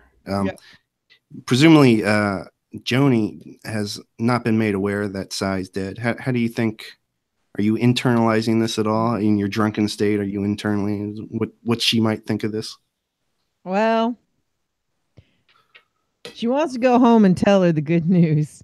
But then she's like, oh, she might be sad. So she don't want to tell her right away. All right. She's hoping it's a suicide. So at this point, Blazanov. Blazanov. We're just bringing back all the characters. Bring them all. He knocks on the door. He knocks on the Al's office door. That's odd because the door was open, but okay. He says, Cheyenne and Black Hills Telegraph Company. Telegram for Mr. Tolliver. Take a message. What? Who is he talking to when he delivers this message? The room, I guess. Why is he coming here to deliver a message for Tolliver? Well, he knows that Tolliver is dead. The news is quickly spreading around town, despite what Commissioner Jerry wants. The news is quickly going. Okay, well then I'm reaching out my hand for that telegram. All right. And Seth starts to reach it instead, and then realizes he's not sheriff anymore, and points at Harry and says, "Are you going to do something?" Harry defers to Al in this situation. Of course he does. Seth just shakes his head and So grumbles. That's a great sheriff we got now, hey? You said? So essentially, Harry's going to need some help. He's if you want this to be an actual investigation, Harry's going to need some help on this one. I think that's the key point to that. But Al takes the telegram in hand, and he reads, expect to receive Newman. Stop. This evening. Stop. Towards collection of first payment. Stop. So now you guys get to decipher what that is. What was the first sentence again? Expect to receive Expect Newman. to receive Newman. Newman. Like Newman. Newman or Newman? Newman, one word. Capital. Okay. I think it's Capital. new men, but it's been changed in the telegram. I think Blastoff is terrible at his job. Ha! Doesn't have as good as his job. And what's the rest of it? This evening, towards collection of first payment. Towards collection of first payment. So you guys may remember, some of you may remember that Newman was one of Hearst's enforcers, one of his chief enforcers. No, I didn't remember that. Good. That's after the walrus was killed, right? Yes, after the walrus. He was actually the it was after you said walrus. The captain, yeah. Captain. So yeah, it was after the captain was killed. So this was the guy who actually shot our favorite Mr. Ellsworth. Oh, that I cocksucker. remember him. I don't think any of you know that fact, but he was an enforcer No. under Hearst. So that much That you was know. nutty speaking, by the way. What? But when I said that cocksucker, that was nutty speaking. Yeah.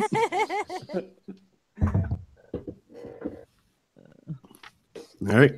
So how do you take this news, this this urgent telegraph so early in the morning? Well, we already pretty much suspected that Cy was working with, or we knew. Did we know or did we suspect that he was working for, what's his name? First. Al knew because Al was in the same room with Cy and Hearst at one point. Yeah. Well, so now everybody knows. And they know that Hearst's people probably didn't kill Cy. He's getting telegrams from Hearst at this point. Of course, Harry, who knows what Harry knows? Because Harry's kind of incompetent, So this is a straight up Weekend at Bernie's sitch where we're gonna have to pretend that Cy is still alive. That is one possibility. Who wants to go raid his closet? No, we're using the dead body, cleaning it up, and then we're puppeteering it. You got experience in that, Trix? So the performing action that you've done. Artful and Gracious, where I can, do some performance art. So yeah, that can be a part of my performance art. Puppeteering. Puppeteer that dead body. We're gonna say that Cy Tolliver. We're gonna spread a rumor around town, around camp, that Cy Tolliver is feeling unwell, but he's expected to appear at tonight's performance at the Langreach Theater Company. Yes. Good plan, Al. And we're gonna set a little trap. So when Newman shows up looking for Cy Tolliver, we're gonna interrogate him. Does anybody have sunglasses? I don't think they were invented yet. Hawaiian shirts. Sunglasses and Hawaiian shirts were invented in Deadwood in 1878. I don't know if you knew that. It was for an emergency purpose. An emergency performance. Yes. The first sunglasses were invented sometime in the 12th century of China. There you go. Oh. So we should have some sunglasses. You got a lot of Chinamen in town. But the rest Yes, of them let's go to Chinatown and see if we can get some sunglasses. Oh Lord.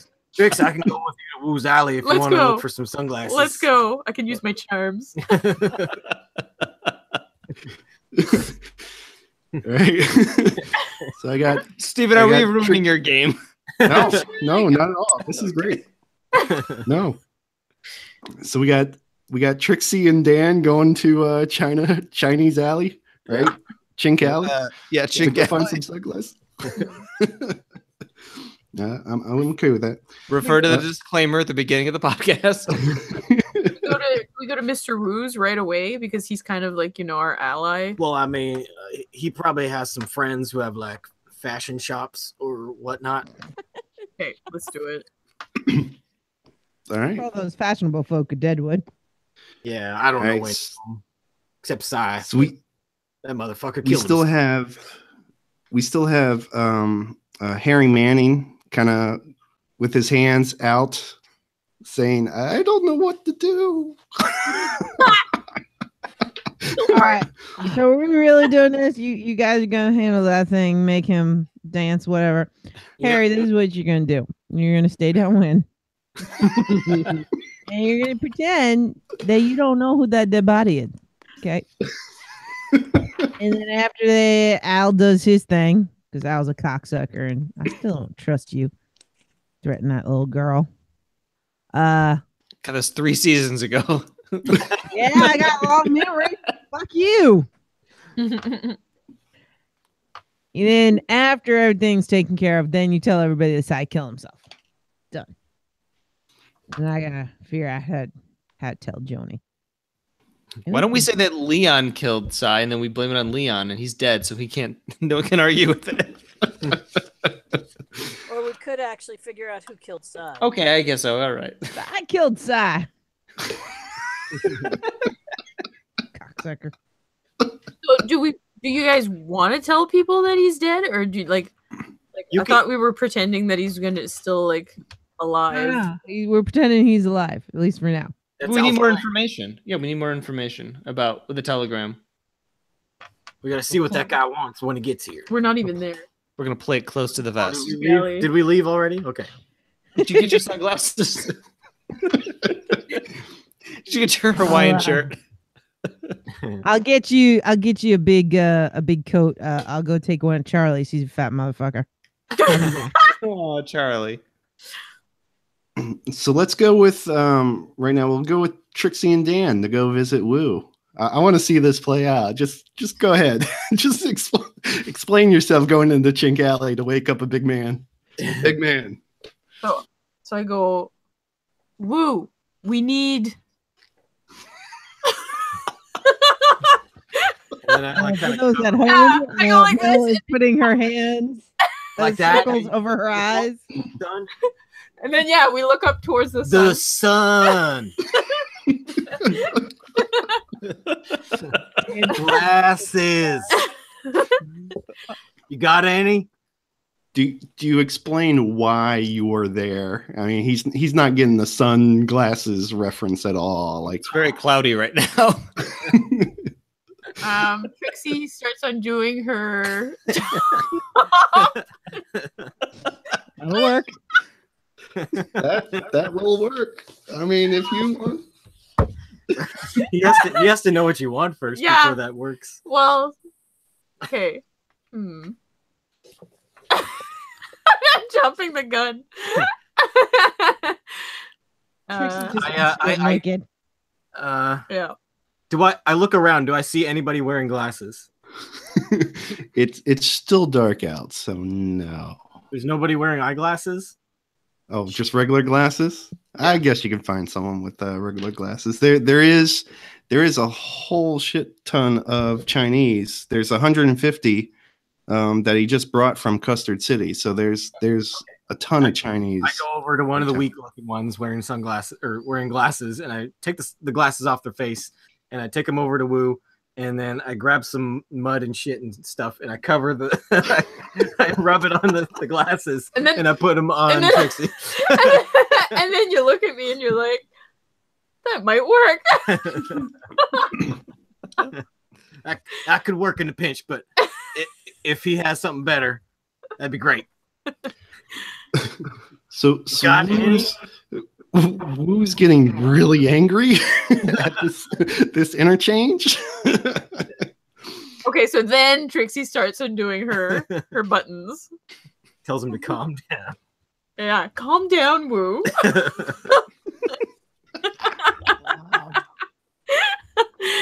Should I roll?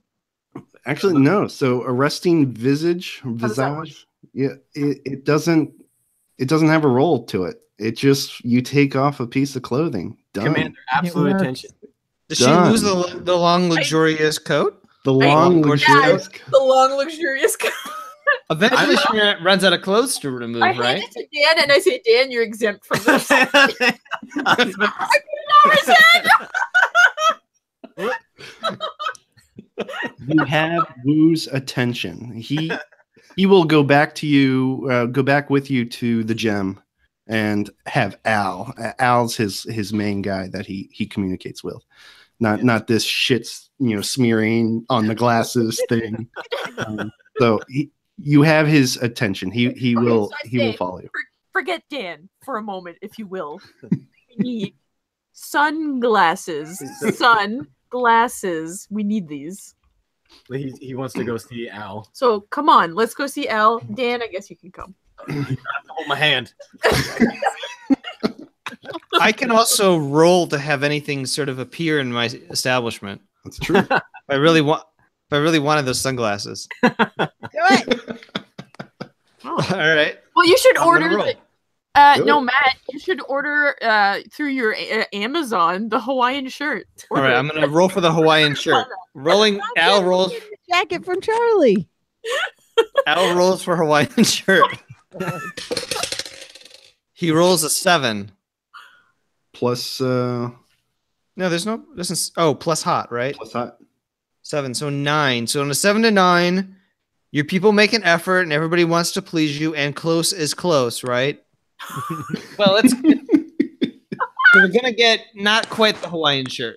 It's Jewel a Pacific brings Island. you- It's Hang on.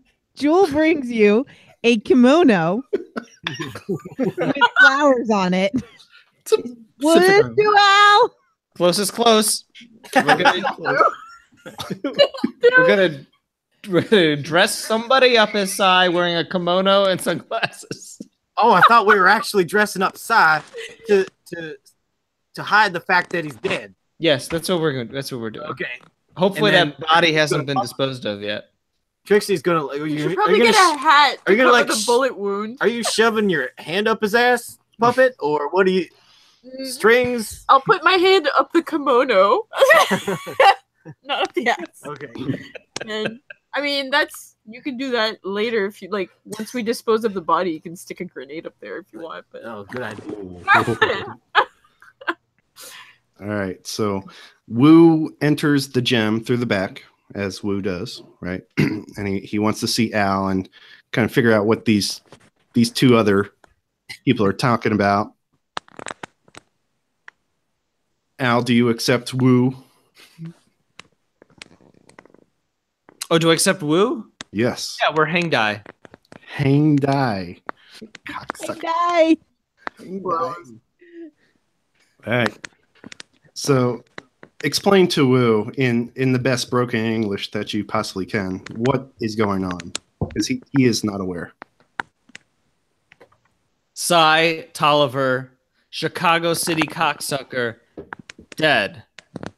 Pretend Sai alive.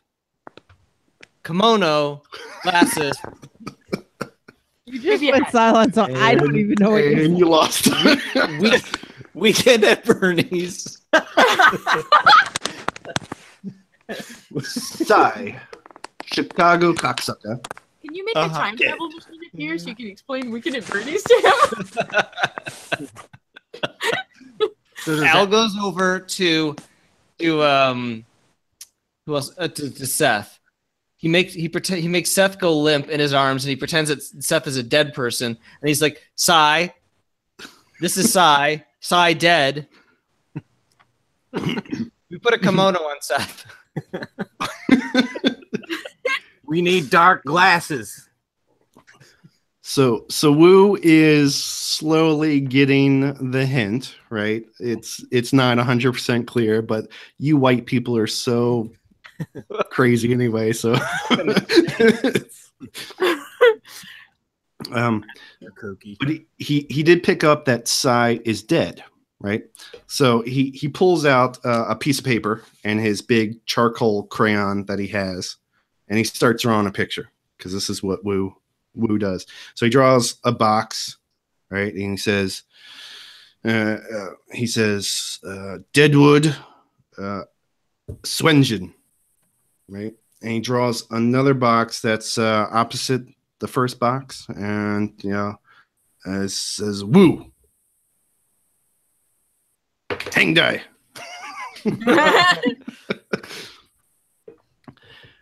Yeah, Woo, Hang Dai. Swearjin, Hang Dai. Yeah. Ask for blind people glasses. He points to the second box again. Sai dead Woo. He's trying to get a point across. He's trying to get you to understand what he's trying to say. No, you can't have the body yet. You killed him? I would read him at this point. Can we just pin this whole thing on you and be done with it? Read him. Read a with person Sharp. with Well, sharp. what am I reading though? Like what? You're trying to understand Woo. So if you roll well, then Steven has to tell you what the fuck Woo's trying to say. Oh, I see. Okay. Thank you, Nutty. Savior of the podcast. I rolled a 7 plus Do you have any 1. bonuses +1. There you go. 8. 8. So 8. What does that mean? All right. What do I have to roll? So you already rolled, right? You got but 8. what was I aiming for? You were trying to. A hit is anything above 7, so you got a hit, right? Okay, cool. All right. So your choices. You pick one of these choices. Is the character telling the truth? Right. What is the character really feeling? What does the character intend to do? What does the character wish that you'd do? And how could I get the character to blank? And it's kind of open-ended. So what kind of question do you want me to answer as a GM? Well, I want you to explain the map and what the boxes are. All right. That's So you extrapolate and come up with the best scenario. So as soon as Wu realized that Sai's place is now vacant, Wu is interested in that establishment. Hmm. He would like to take over the Bell Union. We can't have Chinese people taking prime real estate. Hang Dai, Swenjin, Wu, Hang Dai. Yeah, but no, sorry. And then I go over to Al and I say, Al, think of the sunglasses. All right, so Wu is kind of depressed that you denied him this boon after all the dead bodies that his pigs has eaten for your benefit. And he thought he was big man. He brought his hair. He brought 150 cocksuckers from Custer City to help you against Hearst, and he's just he storms out like you've never seen Wu so angry. He just storms out and goes back out the back, back to his alley. Quick, Trixie, distract him with your breasts. It's too late. He's gone. And then I just my exempt. You're all exempt. All right. So at this point, that concludes like Act 1 of the session. If you guys want to take a break, bio break, or get some food, this would Can we recap what happened though? Well, you want to do that now? Before we take a break. All right. What happened? Please enlighten me, the GM. Please tell me what happened. Well, it seems like Cy Tolliver was found dead in the morning with a gunshot wound to his temple. He was taken to the docks by Dan and Harry and Davey from the bar and Jane. They looked at the body. I can't recall what they determined, if the gunshot wound was determined to be self-inflicted or not. The doc hasn't had time to look at him yet. He just woke up. Well, that's Act 2, Steve. That's what has to happen. We have to have some news about the actual injury. They all reconvened at the gem and decided they got a telegram from Blazanov, and which alluded to the fact that Newman from the Hearst Corporation was coming back into town for some sort of payment. And they decided since Cy was dead, they needed more information, and the best way to do that was to pretend that Cy was alive, and then they spent 30 minutes trying to get sunglasses.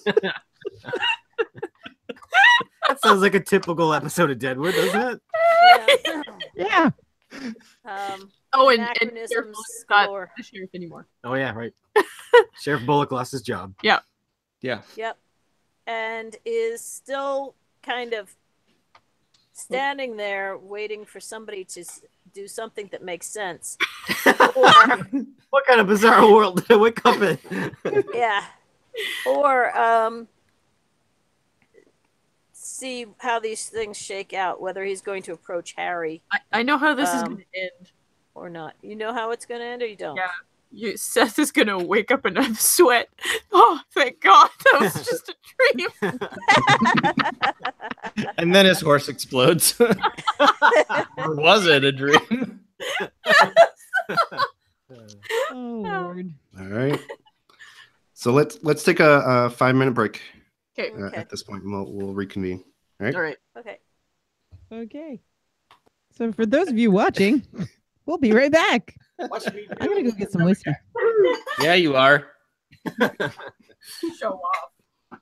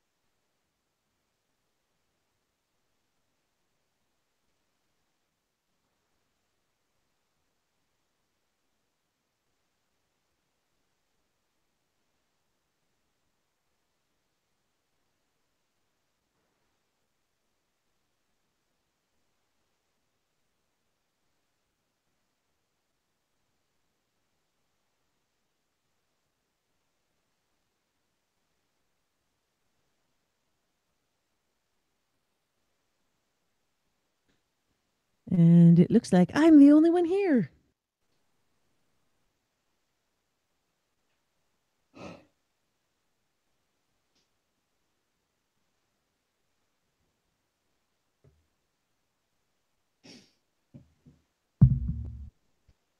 Oops.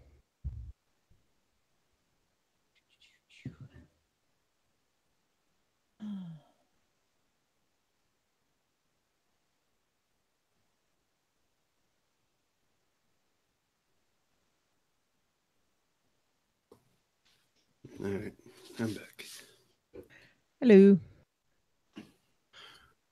For those online who would like to know what I am drinking tonight, it is Flying Dog Horn Dog. It is a barley wine, 10.2 alcohol. So by third act, it will be off the rails, which sounds like Hold it it's going up. to be off the rails anyway. So Hold it up so we can see the label. See that? Oh, that's pretty cool. It So is- what exactly is a barley wine? Barley wine. Well, I don't know if it actually has a good description on this. Definitely not. But it's I guess instead of some beers being hoppy, this is more barley. Oh, okay. But it's definitely a beer. I think they call it horn dog because it has a big head. If you poured it into a glass, it would have a big head to it, like an enormous horn for the horn dog. But yeah, it's good. I prefer Corn the dog. barley to the hops, so that sounds pretty good. Corn dog. It's a beer then. Yeah. From what brewery? Flying Dog. That is Oh, yeah. Delaware beer? Yeah, it's Delaware. Delaware. So regional. Not quite local, but regional. We have Flying Dog out here. So I need to decide if I'm gonna start with the Fireball or start with the classic Bullet. Well, you always end with the Fireball, right? Whether you start with the Fireball or not, that's where you end. That's true. Well, I don't have that much left, so I mean, It's too sweet for me. I I can't love do it. Fireball. It's so smooth. It's so yum, and it reminds me of PG. Oh, So it's a good thing. It's not a sad thing. Yeah. I I have so don't- much booze in my house, my apartment. I don't drink often, but anytime my husband's trying to convince me to drink, all he has to do is go because PG, and I'm like, oh fuck you, that's not fair. Then I have to. It's just. All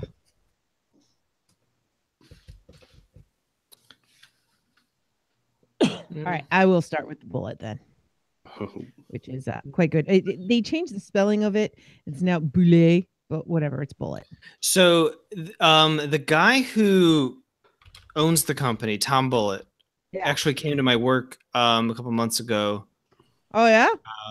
And we interviewed him, and talked to him, and I had the briefest of opportunities or moments to kind of go up to him because we referenced like how his product was. He mentioned Deadwood at some point, and I went up to him like, I'm such a huge Deadwood fan. Like, I have a podcast about Deadwood, and I wanted to ask you. There's a scene in the Number 10 Saloon where Steve the drunk is drinking from. Oh, he's got a bottle of Bullet, but is that bottle anachronistic, or is that because it looks so contemporary? Because it looks exactly like the kind of bottle that's on the shelves of our stores. So, is that like what was going on there? And he said, "Well, we don't know what the Bullet would have looked like back then, but it probably would have been in a bottle that looked like very similar to that, a kind of a medicine bottle." Yeah. It would have been a glass bottle that looked a lot like that. So he's like, yeah, it probably was a contemporary bottle, but our bottles that we use today are made to look exactly kind of like that. So it fit. So I was like, oh, thank you for answering that question. That's awesome. So did he explain to you why they changed the name? We didn't get into that. Because when I started drinking it, it was Bullet. Like without the I? Yeah, without the I. Well, his name has the I in it, so. Oh, okay. Well, that's good to know. I don't know. Maybe they decided they were going to call it Bullet after. Then he was like, no, let's actually make it my surname. That might make sense. Okay. And he's a really cool dude. Yeah. Yeah. I do know that this company had a break in production. That it had been an old distillery and then it was brought back. So I don't know what all that story is, but that's kind of cool.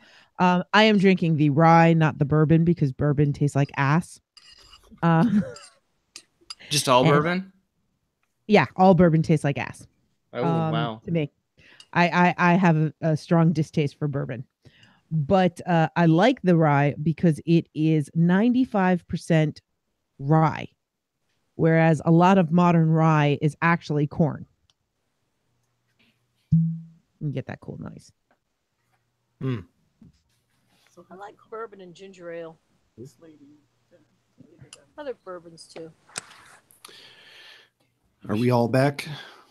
I grew up with good bourbon in my house and did not like. Well, we got a Matt back. I mean, we have 2 Matts back. You can. Do we have a Mel? I think I see her hair. Her big hair is there. Out for a sec because I forgot I had something today. I just didn't get around to doing it because we were out this afternoon. But do you guys mind if if Trixie just disappears for a moment? She does goes that. to fuck Saul. Yeah, She got pissed off and stormed out. Okay. Okay. Okay, excuse me while I go. Fuck. Vote whore. Vote whore. Hashtag vote whore. That She's good at her should be job. in the title of the episode, by the way. So, cheers. Cheers. Cheers. The tumbler I'm drinking out of says the Gem Saloon on it, and then when I tip it up to drink from it, on the bottom of it, the base of it says Deadwood. It's from the HBO shop. That's really cool. And now I kind of wish you were on camera so I could see it. What I am drinking out of is a mini beaker because our drink stuff are all laboratory related, not Deadwood themed at all. I had a dream that the HBO shop was like put out of business. Oh no! That was What my would you dream. stock your house with? I was like, what? That's so weird and random. Ooh, oh, that's a nice burn. Oh, is Carol back? I'm back.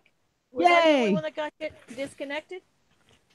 Oh, we didn't even notice you got disconnected. We all just went for pee breaks and drink breaks. No, I've been back, but then all of a sudden everybody froze, and I had to rejoin the call. Oh, And I was starting to send you guys a message. Did I lose all of you or what? well, welcome back. Thank you. All right. So for GM note, Trixie the Whore is not online at the moment. So Matt H, let me know when Mel is back Okay. so I can include her. You should notice the hair. You should be able to see her. I have a student in my Aikido class that I teach that he's like one of those kids that has the hair in his face. And so I just called him hair for a while. And then he started tying it up like a samurai. And I was like, oh, that looks really good. And then I started using his name and he goes, what happened to hair? I'm like, oh, would you prefer that? Yeah, I kind of liked it. Okay, your hair.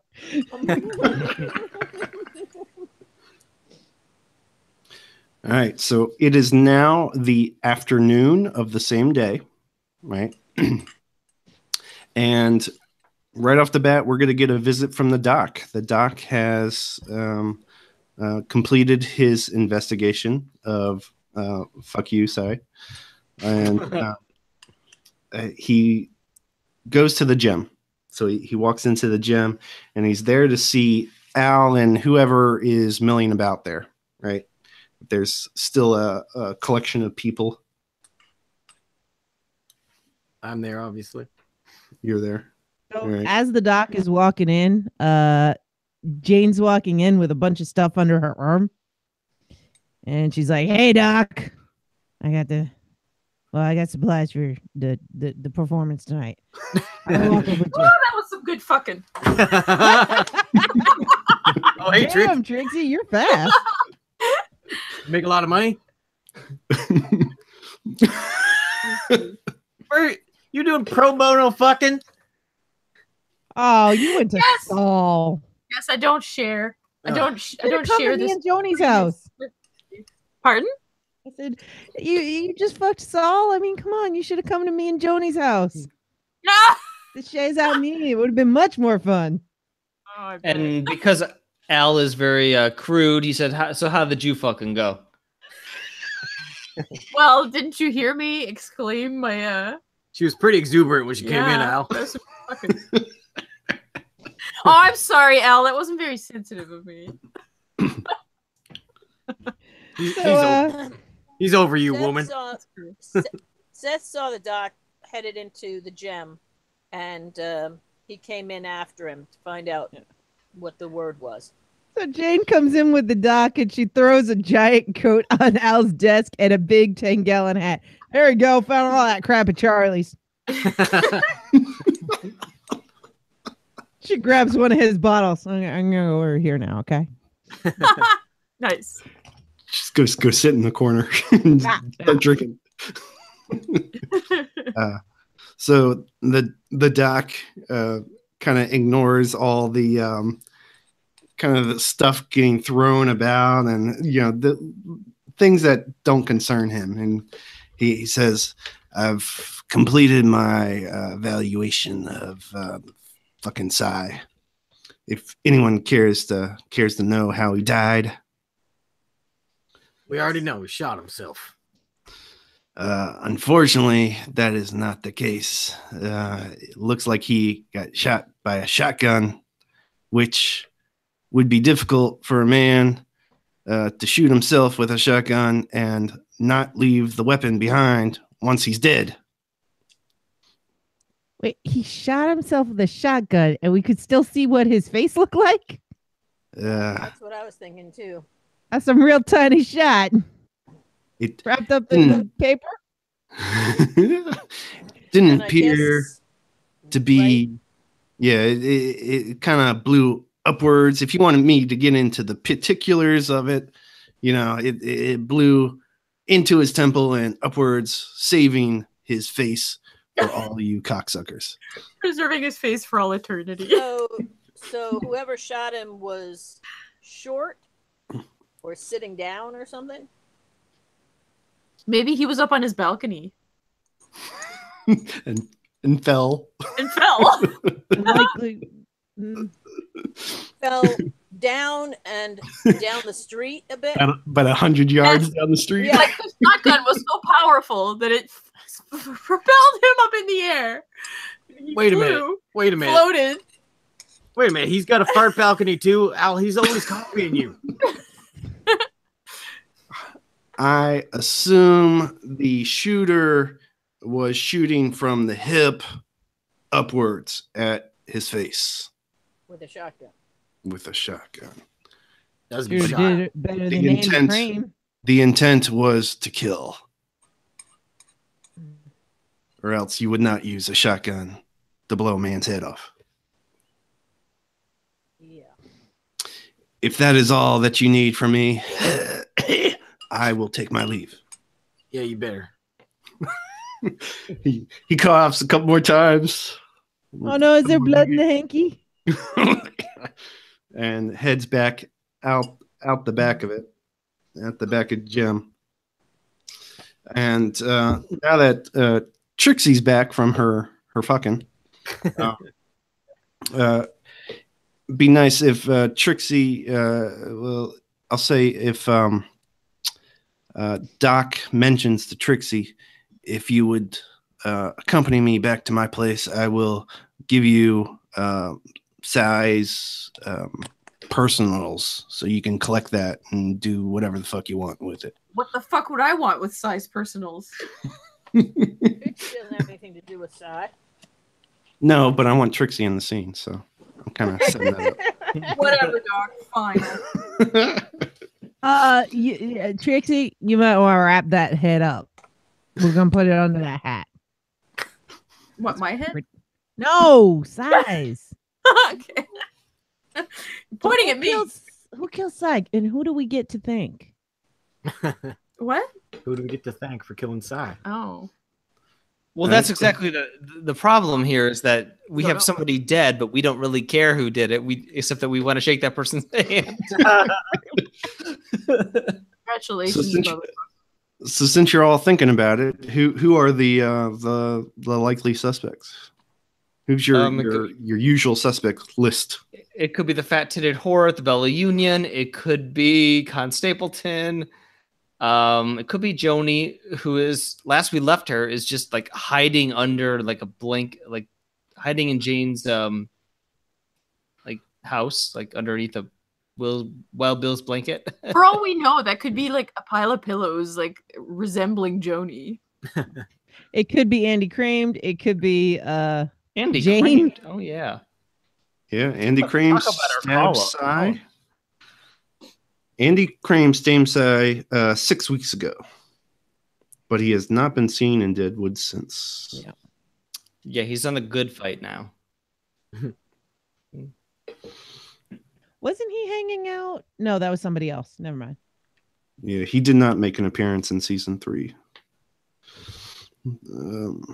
Someone mentioned Con Stapleton.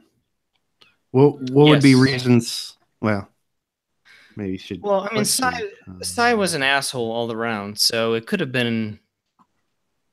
Yeah, could have been anyone. Everybody Do we hated care? that cocksucker. Do we care? Should we Does- go canvas does- for witnesses or whatever? Yeah, does Seth care? I mean, at this point, I know Harry's the official sheriff, but it's kind of inept. And Just contemplating as to whether he cares or not. Should we go residence to residence, building to building, and ask for witness statements? Well, not if we want people to think he's alive. Oh, that's true. That's true. We're we getting at Bernie's.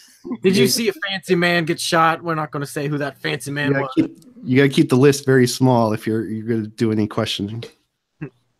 Seth feels like the law has been broken and all that good stuff. But when it comes right down to it, Cy was a murderer, a mass murderer, and we got bigger problems coming with the Pinkertons and everything. So I'm not. I've decided I'm not that concerned about Cy, only concerned about him as it applies to what's going on with the Pinkertons and what this is going to mean for us. And Alright. whether anybody else is on the hit list that was connected with Cy. That's the other trick. All right. Well, I'll tell you.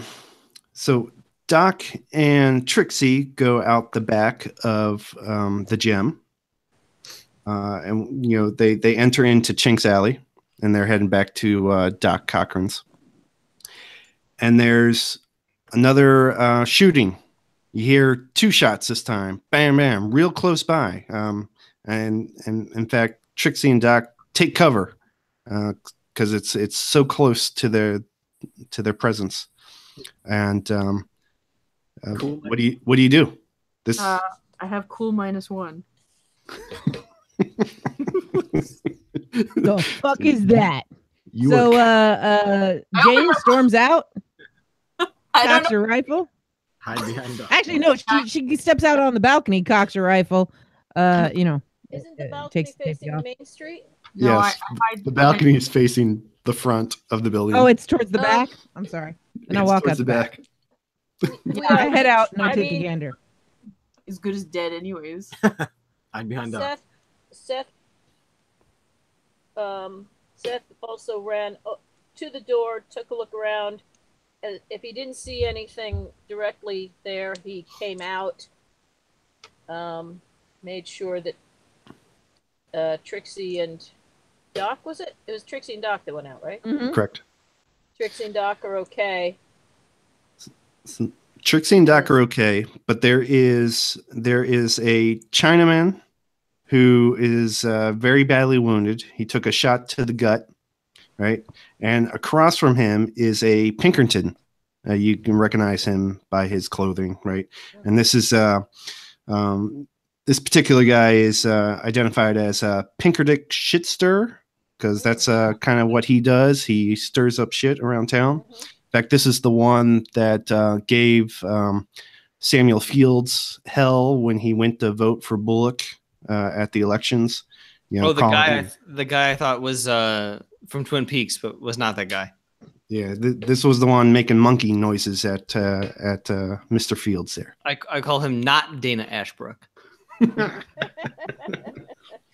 So Pinkerdick Shitster also took a shot. He's been wounded in the leg, but it's more of a flesh wound.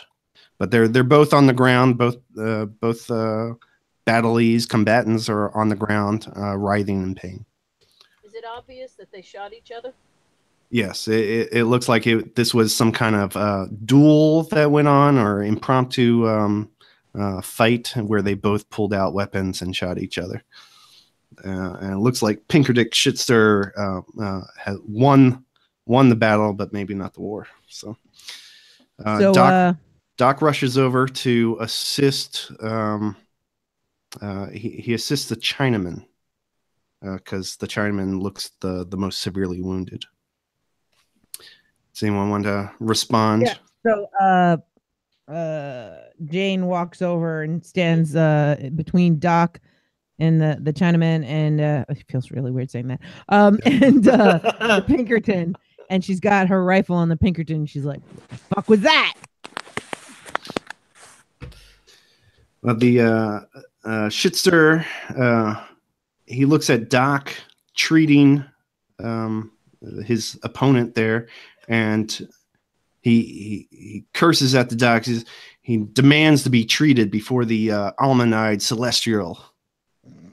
Yeah, and he's holding a copy of the Black Hills Daily with the article titled 500 Chinese are daily expected to arrive at Cheyenne en route to the hills. So he came with a kind of a purpose. At that point, Trixie rips a part of her dress and goes over to the Chinaman. The dog. Does he have any sunglasses on him, by the way? Check for the sunglasses. Check the dying Chinaman for sunglasses. I check his pockets. Is he a blind Chinaman? I pat him He down. has sunglasses. It is afternoon. He is wearing sunglasses. Finally. I take them and I put them on. And I keep like pushing on his wound and stuff. I do help him. Oh, you do help. Do you? Services are required. Yeah, and just thank you, and then Jade is just like watching this spectacle, and she's like, "Notice that? You notice that? What's going on there? That Doc, he treats people who are wounded, and whose lives are in danger. And yours ain't in that much danger right now. I got a weapon trained on you. I am wounded, I am bleeding out, and I am white. That gives me entitlement over this yellow fella over here. You are wounded, you are bleeding out, and you are a cocksucker. Do you know what that tells me?" And she walks a little bit closer, keeping her barrel right on him. "That tells me if you don't start telling us what the fuck you're doing and why you're shooting people in our fucking town, well, I think I might send this guy home with a little doggy bag." Doggy bag. Yeah, for the pigs.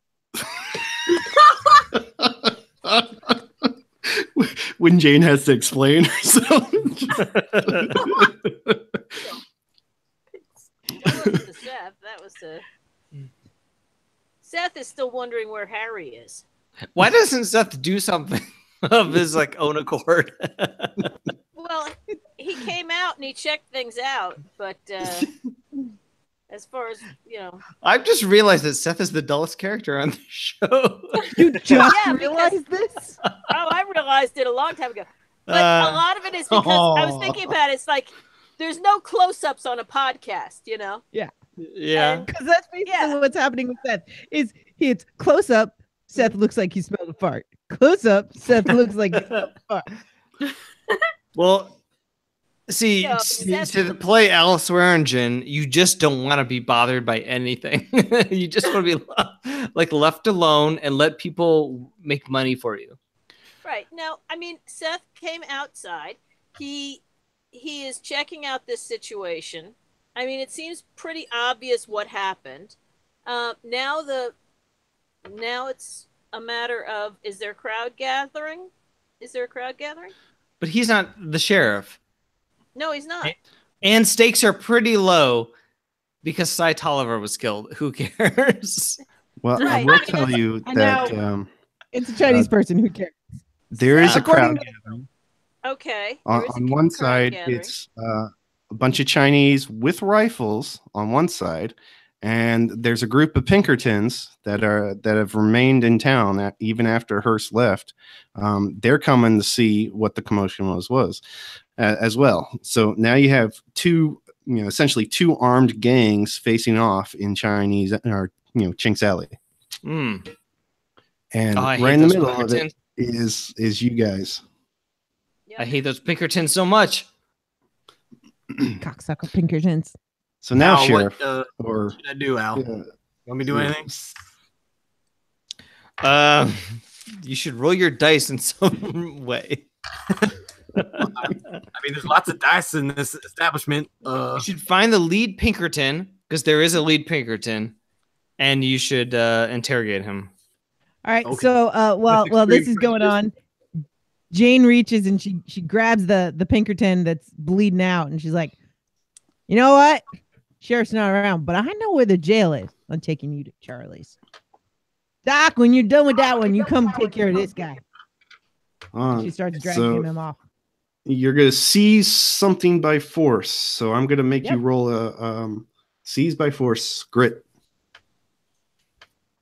But I don't have to do grit because I do it because it's an aggro, right? Yep. So I use cool. So 7. So that is 10. 10. All right. Yeah. On a 10, you choose 3 of the 4. So you take definite hold of him. You suffer little harm. You inflict terrible harm. You impress, dismay, or frighten your enemy. Which of the 3 of those 4 would you like to choose? Which one do you not choose? Yeah. You take definite hold of the Pinkerton. Right. Mm-hmm. You suffer little harm. That might be important. Mm-hmm. You inflict terrible harm on the Pinkerton. You impress, dismay, or frighten your enemy, which can be the mob of Pinkertons. I am going to impress and dismay the enemy. That's 1. You get 3. Choose 3 of those. Oh, and I definitely take hold. And you take hold. I suffer little harm. You suffer little harm. Okay. Harm? All right. Little farm. Because if I don't choose, I suffer little harm. I'm gonna suffer a lot, right? You're gonna suffer. So you grab the Pinkerton by the arm, and you just drag him away through the crowd. The horde of Pinkertons kind of let you go. They're kind of, this is Calamity Jane after a way. She's famous for being a rough, so they kind of let you go, but there's still the confrontation. Once you left, there's still the confrontation of the Pinkertons versus the Chinese in this alley. Yep. All right, so you've removed yourself from the situation. The rest of you got to deal with it. Yeah, Seth took out his coat when Calamity Jane grabbed a hold of the Pinkerton to keep anybody from threatening her.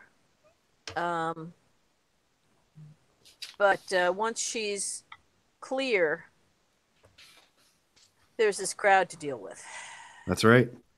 Rising tensions between the two gangs. What are the crowds doing at this point? They're name calling, they're chanting back and forth. Of course, the Chinese are chanting in Chinese, and the Pinkertons don't understand what it is they're saying, and they're cursing back likewise. And it's becoming more and more hostile as Doc is furiously trying to work on this gut wound, and this Chinaman that was shot is no more than a boy, really. I mean, he's probably as a teenager. That's sad. And he's wailing away. So emotions are charged. His glasses have been stolen. Glasses. That's what he's most pissed about is the glasses. But I mean, the bullet wound to the gut is secondary to the glasses stealing.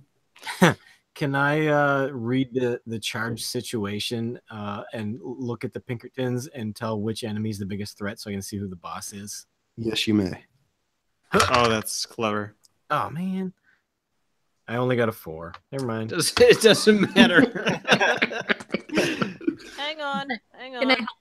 Can I help Dan as well? You Well, can- I was gonna say I'm standing there, and as far as looking at who the boss is, I got an 8 +2. plus. What would that be plus? 7. I got a sharp. I got a 7. I got a Sharp? 7. Yep. Okay, so that's a 9. I got a 9. Oh, you Right. got a 9. Okay, go ahead. Are you doing So the you same get to- thing? You get to Yes. ask one of the following questions. What is my best escape route? Right. Which enemy is most vulnerable? Which enemy is the biggest threat? That's probably. That's the one. Um, Yeah, which enemy is the biggest threat? All right. So minus the Pinkerton shit stir that Jane took away, there is a enforcer, a Pinkerton enforcer.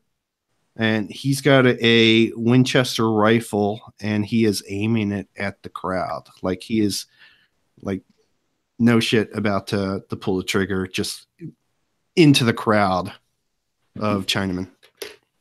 Okay. By the way, what's the distance between the two groups? Oh, it is close. It's 10 feet. I mean, it is. Yeah, really close. It's a Okay. bubble where Doc is trying to operate, and Seth is standing over him, right? And Mhm. Trixie's there, pulling off clothing, maybe. up to Trixie. Trixie, what are you doing?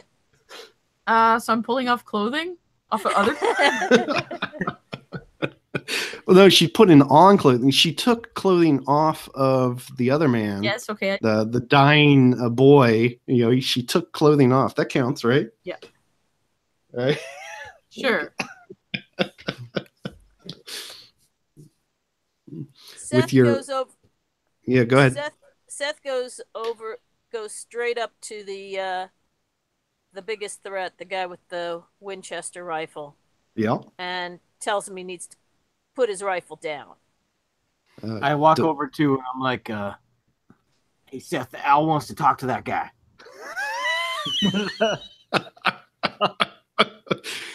So does Seth Seth just keeps staring at the guy right in the face.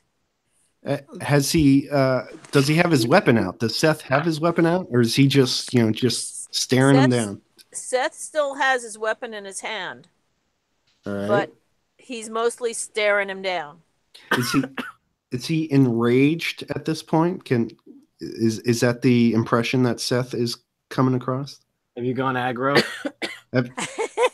Do you want to use battlefield instincts to indulge in your vices, which I imagine is just rage, just like uncapped rage? His vices is fucking Alma. No, he's got a couple vices. One of them is rage. Yeah, let's go with battlefield instincts. All right. So I need to roll Plus grit. plus grit. Wait a minute, Mike. There we go. Wouldn't you know it? It's like I've been rolling really high and now I roll low. 5 plus first, plus grit. Yeah, it's only 7. Seven's still a hit, right? Okay. So this is your chance to pontificate in brief or in full about the nature and the truth of things, right? And Yeah. this enforcer guy, because you rolled a hit, right, will take the hint at what's been vexing you. So this is your time to do your milch speak and give a fuck you to the crowd and make the crowd disperse. So go ahead. No matter what you do, you're going to end up looking like a pussy. Oh my god. I can't believe Carol just said that. Isolate it. You're gonna isolate I'm gonna that one. isolate that audio.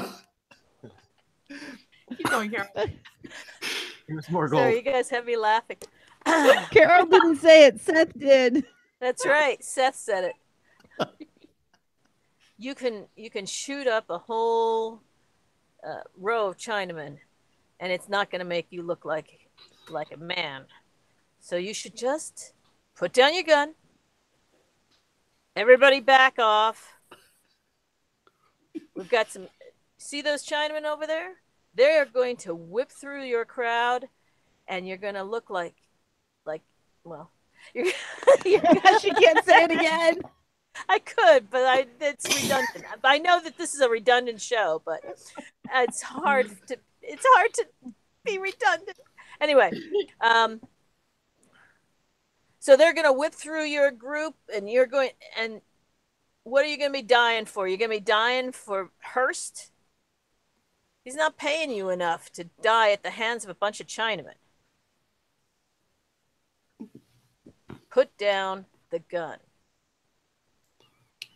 and disperse. So the enforcer, the Pinkerton enforcer, gets the hint, right? He puts down his gun, and he looks you all serious in the eye and says, "This ain't over, cocksucker." And he and his group, his gang, kind of back away slowly, walking backwards. They keep their eyes on you as they disperse. I really wish I had some time to do some real Milch speech, because that was so lame. But oh well.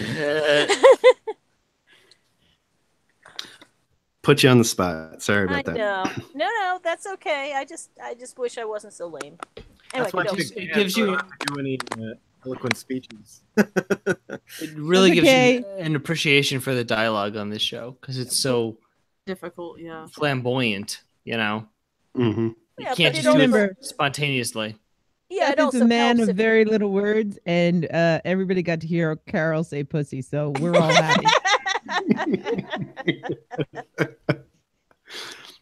All right. So as the Pinkertons disperse, right, the Chinamen they kind of cool down. They settle down in their shouting, cursing, right. But at the same time, Doc has been working on this kid, kind of gives up and says he's too far gone for my hands, and he's dead. And at that point, he kind of slowly stands up and backs away from the body. There's no more that he can do. He's a veteran of so many gut shots, has seen that in the Civil War, and he knows that the boy is dead. And the Chinese kind of come in and collect the boy and take him back down to China Alley. And it's very kind of somber, sad. Even though Seth was all badass moment, it was kind of the end of it just kind of bittersweet. Trixie sheds a tear, but you can't see it because she's wearing his sunglasses. Wearing the sunglasses. I want you to mark on your character sheet that you now have sunglasses as part of your whore gear. Whore gear. I have the coolest whore. Long, gorgeous coat. Awesome. Oh, I look like Neo. Yeah. Where's your Pete Richardson? Actually, it says under fancy gear, eyeglasses. Yeah. I know, but I didn't pick that. I picked Richardson. Richardson, where are you? So, by the way, I did a quick Google search of what dark glasses in the Old West would look like, and they'd be those cool octagon-looking ones that would either loop over your ears or you'd use a strap. Mm-hmm. To give you an idea, it might be green, red, or blue glass in them. Ooh. Sounds good. Yeah, so what do they look like? I can get you a picture. Hang on. So we got Doc shuffles back to his cabin, right? We have Jane, who manhandled a Pinkerton, the Pinkerdick shitster, back to Utters, right? Who's following Jane at this point? Who's going to Utters? Well, Jane's just dragged the Pinkerton. I don't know if anyone's following her. I'm just going back to Al until he tells me what to do. Check. because at Utters is where the jail is. So Right. I'm going to follow the kid's body down to make sure that there aren't any more incidents Actually, until the kid is wherever they're taking him, wait. and then head over to Calamity Jane. I got a thing I was supposed to do. I was supposed to get the head Pinkerton over to Al. So the one that was identified as the head Pinkerton earlier, I'm gonna follow him and see if I can get him alone. You go to Utters at that point. You're following Jane to Utters. Is he going to Utters? Okay. And are we still I thought it was the guy who got shot was going to Utters. also? Yeah. are- So you're Well, going you're to talking the. about the guy with the Winchester. You're talking about the guy with the Winchester. Yeah, the right? boss. Oh, okay. Okay. Follow him. Try to get him alone.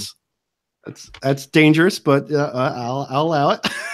You do have the grenades, so I'm not really that worried. Holding a thermal detonator. so I put in the messenger conversation. I like what the sunglasses- those. Yeah. They probably match my coat. Let me take a look. Oh yeah, those are nice. Yeah, very fun. For those of you listening, Nutty has just posted an image of My sunglasses, octagon sunglasses. Yeah, amazing. I love them. Is that on Messenger? Yeah. Okay. I love how this is the most important detail, by the way. Yeah, really. It's very important. A whore's look is very important.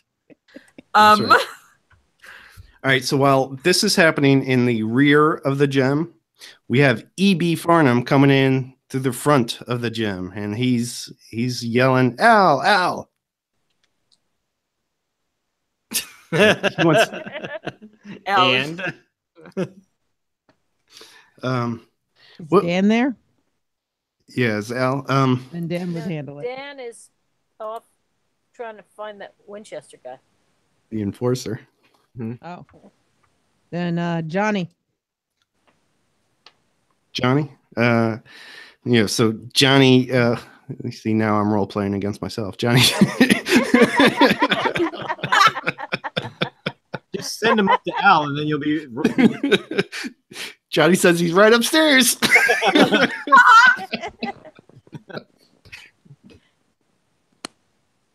So EB knocks on Al's door. enter. Al, I've come into a little bit of news that there's a certain establishment that is available. And he's trying to be coy because he knows that Al wants the news of Sai's death to be kept on the down low. But EB being EB, he knows, but he doesn't want to say that he knows. EB being EB, right? So he's there. There's a certain establishment that may be available, and seeing as Hearst recently bought out my hotel, I'm kind of free on collecting a new establishment. We'll say. Well, he's certainly taken a long time to get to the point.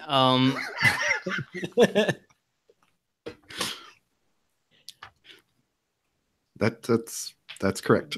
Yeah, that is correct. I'm sorry. What am I supposed to be doing here? EB wants the Bella Union. We're playing an RPG. No, I understand that. Thank you, Carol. You're Thank you, Al Carol. Swearingen. Your house. WWE. Poor Matt is like, no, I'm Seth. Oh, wait, no. See, the thing is, Al likes to be apart from conflict, and he likes to be removed from having to do anything where he's vulnerable. But And everybody I think always that comes he to would Al. like to control who might own his competition. We suddenly got a lot of echo. Yeah, we did. Sorry about that. But yeah, everybody always does come to Al with all their problems and expect him to kind of, think for them. So He's the mama unofficial bird. mayor.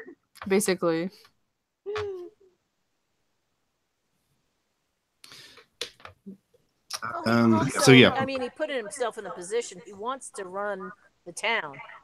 We're still getting echo like crazy. I don't hear it. Really? No. Let's mute ourselves. All right. I've got my headphones on.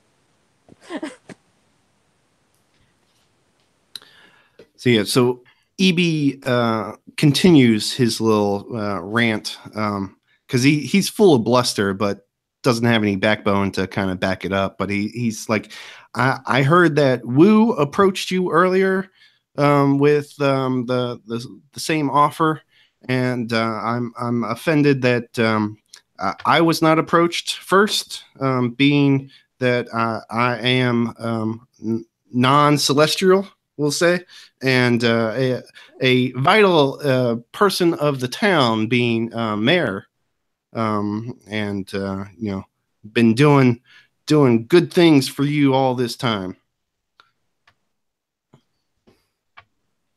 Imagine all that with Milch speak over it. It sounds much better. But EB yeah. sweat.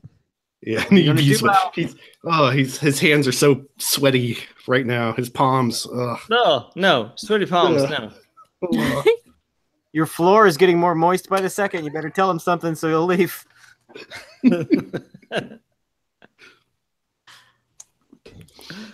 Oh God, I'm sorry. I'm not good at it. This is why we don't allow improv. In the What gym would I zone. do? Tell him the fuck off. You're Easy supposed to peasy. know that Sai's dead right now. Sai owns it. Tell him the fuck off. No, what I would like to have happen is that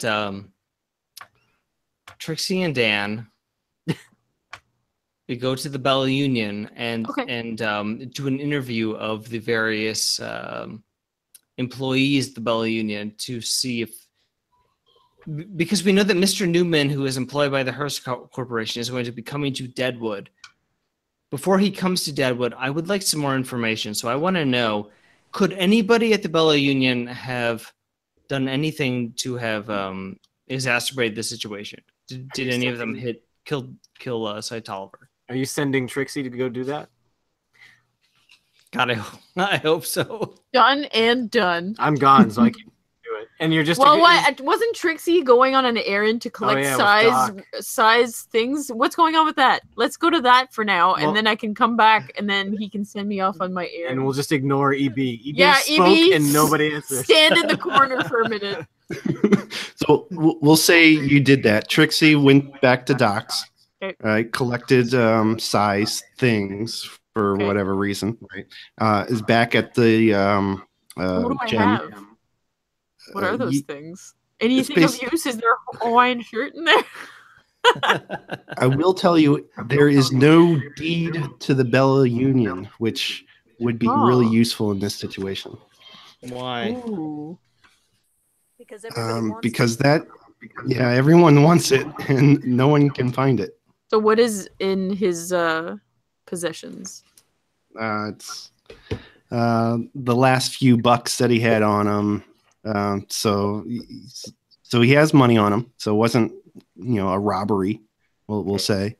And then you collect his Derringer, which is not the murder weapon.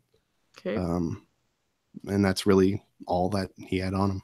Can I check his pockets to make sure is there like a lawyer's business card in there? Okay. All right. No seems like the kind of guy who would have a safe. Yeah. Didn't he have a safe? No keys on him or anything? He had a safe. No keys on him. Okay. All right. I head back to the gym. All right. So now Al can tell you. errand. Yes. And then Al sends me out again. Right, Al? Yes, he did. Yes, Okay, Al. All right, so Trixie heads off to the Bell Union. What do you tell EB? EB's still standing in the corner.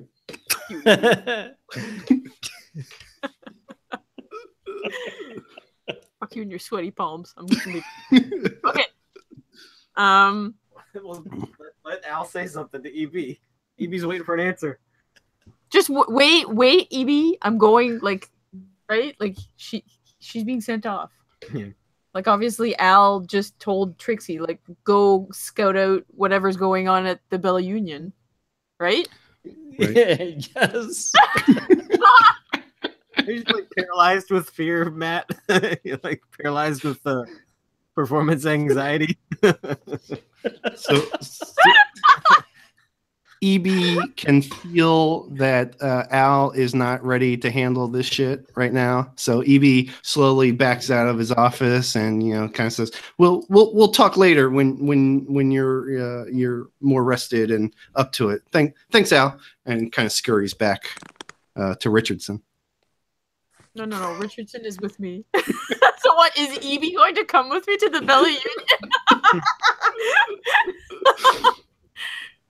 Do you want EB to follow you to the Bella Union? I tell EB to get the fuck out of my way. And then I tell him that I'm going to borrow Richardson for an hour. EB looks to protest against that, but then second guesses himself and goes back to his hotel. Yeah. So I get Richardson to join me at the Bella Union. Yes. So the Bella Union has no activity. There's still some whores standing about. I don't know why. Because there's really no patrons that have entered the place. In fact, the place looks rather dead, pun intended, right? So you got some whores lying around, including Janine, right? Mhm. She's there. You got Con Stapleton, who's kind of there. He's been in his drinks, so he's half lucid. He would be the equivalent of Leon being high, but with alcohol instead of dope.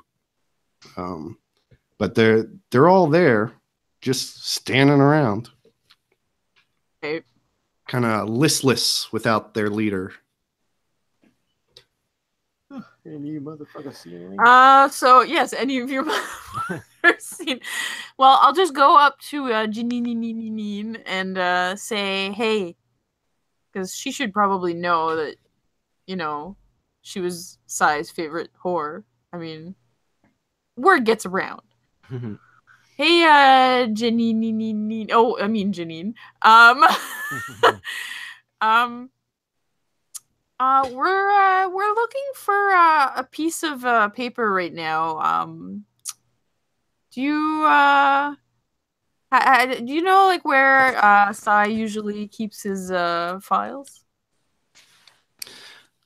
They would be in his office, I suppose. Oh, And his office is on the first floor, back behind. do you are they locked up? His office isn't locked. Are his papers locked? Do you want to come with me? Let's go. I kind of leave Richardson to kind of guard the entrance to the office with his antlers. All right. As we go into the office. And what do we see? An office. So this is an office / bedroom, right? There's a bed. That's where Sai's been holding up with his own gut wound all season long. And it's really a mess. There's papers everywhere. They're strewn about. It's going to take some digging through. I show my boobs to the papers. So I will say, as a former employee of the bank, Yes. you probably know what a bill of sale looks like, a Ooh. deed looks like. Okay. So you're probably the best one to be searching through these papers. Should I be rolling for anything or? Not yet. Let's come back to that. All right. Okay. Okay. So you're at the Bella Union. I got you there. Okay. All right. Let's see. Because I really want to see how this plays out. Dan versus the enforcer. Dan, what are you doing with this enforcer that you're stalking him until he's alone? Do I find him alone at any point? So yeah, if he goes, I don't even know where he goes. Where do these Pinkertons hang out? He goes around Shaughnessy's, kind of back alley of Shaughnessy's, and kind of just mills about. So if you want to intercept him there, Okay, go. I corner him somewhere alone. Hey, you're Pinkerton, right? Depends on who's asking, and he brandishes his Winchester rifle. Yeah, I'd say you're Pinkerton. Well, my boss wants a word with you.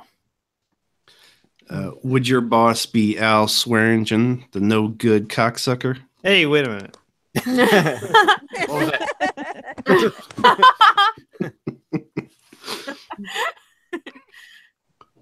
You might say that is correct.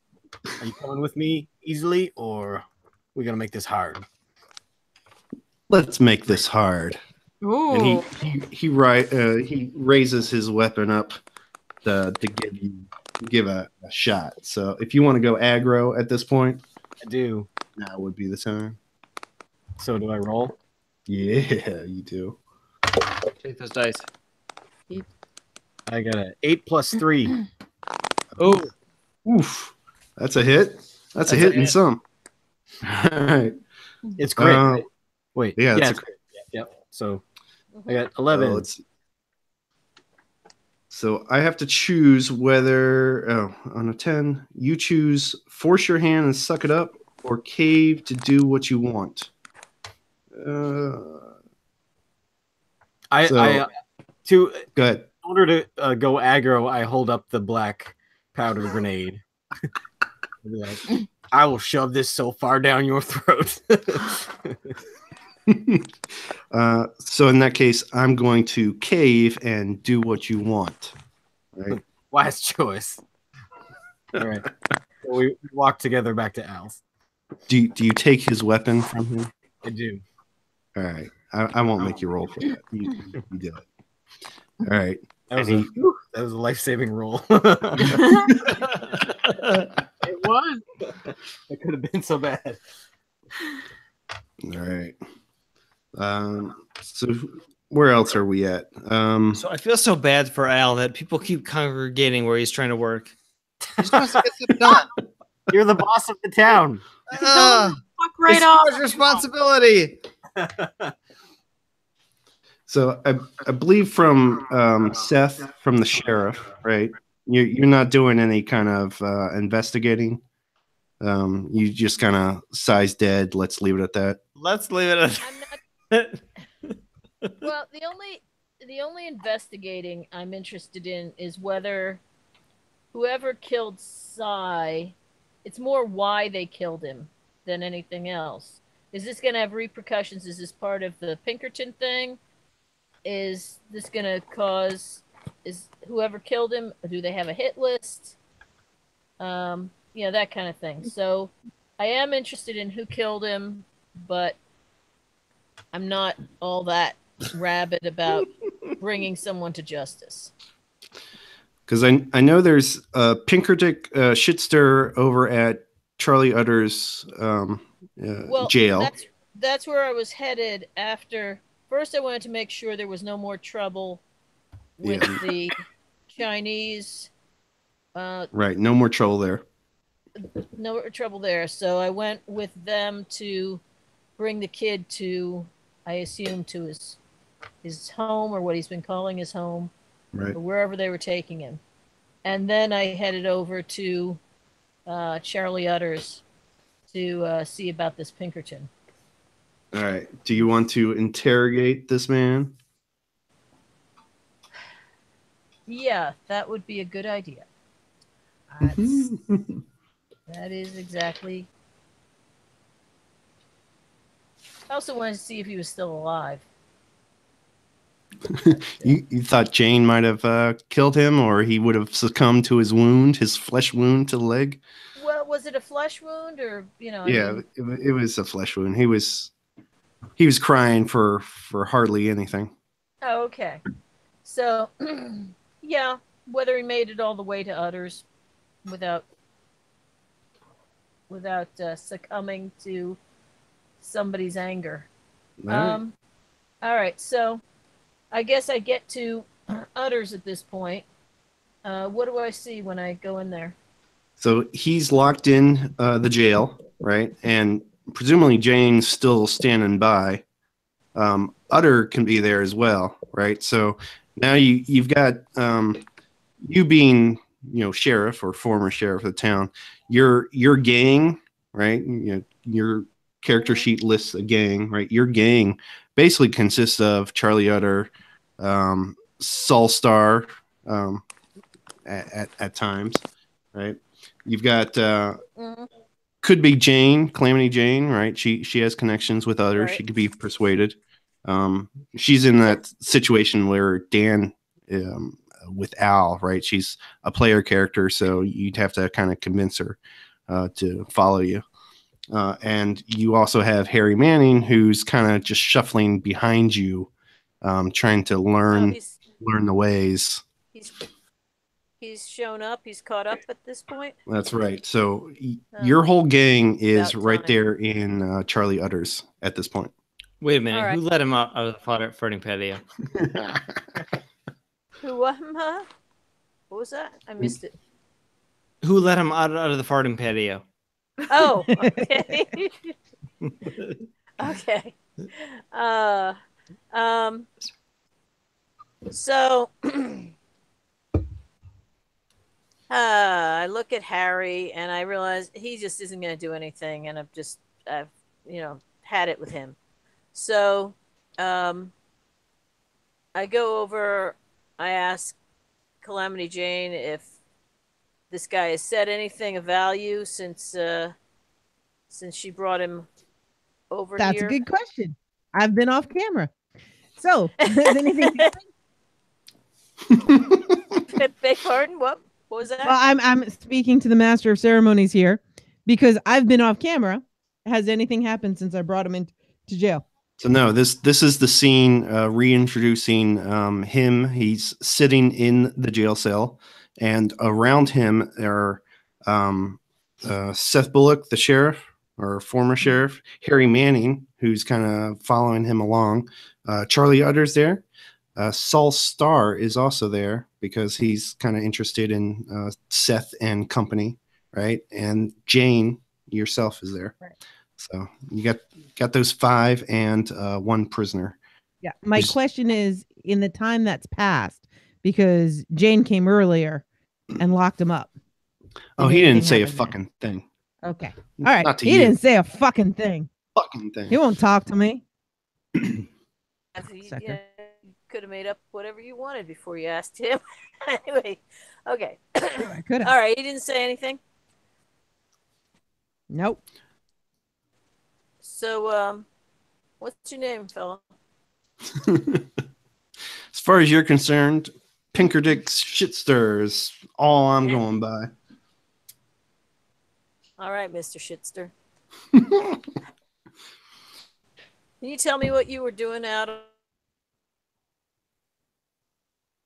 Yeah, no problem. These Chinese, they come in to town, and I got a problem with it. And I was questioning that young Chinaman of where he come from and for what for, and he goes and tries to shoot me, and I, in self-defense, I shot back.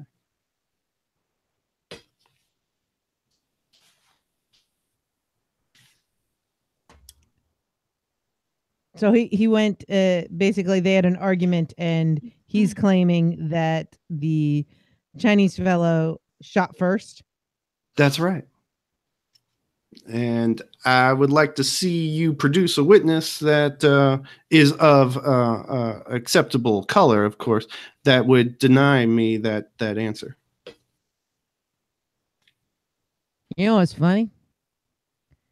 You're not in charge here, are you? Did you notice the other day when voting was happening?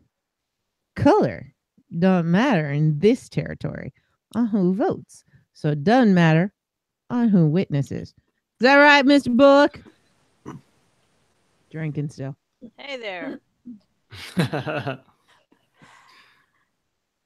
Did anything happen while I passed out and was Yes, we had no idea you were gone. I just asked you a question, and you come back and you go, "Hey there."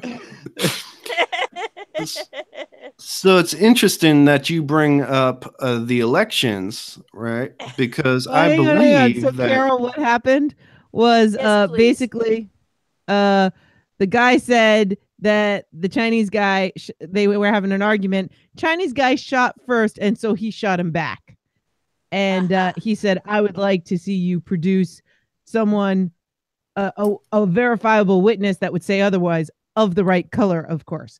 And so Jane mouthed off and said, color. If you notice, any color can vote here in Deadwood, and you're not in charge. And then I said, "In that right, Mr. Bullock?" Absolutely. Now.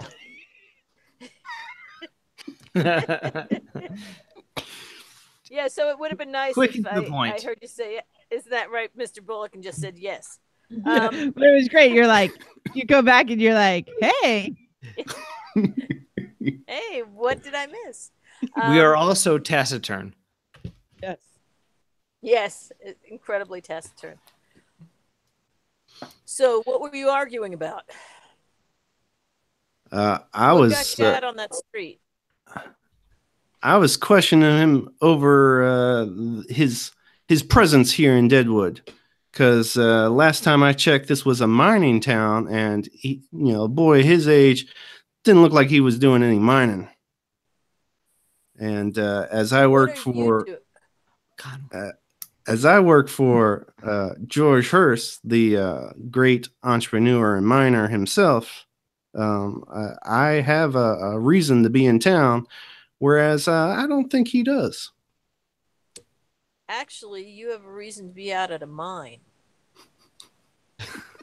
See, I overlook George Hurst's dealings in town, so in town is where I belong.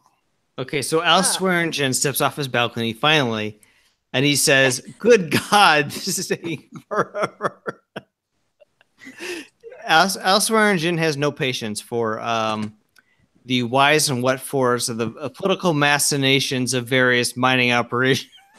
And he says, "This is just, frankly, this is taking too long.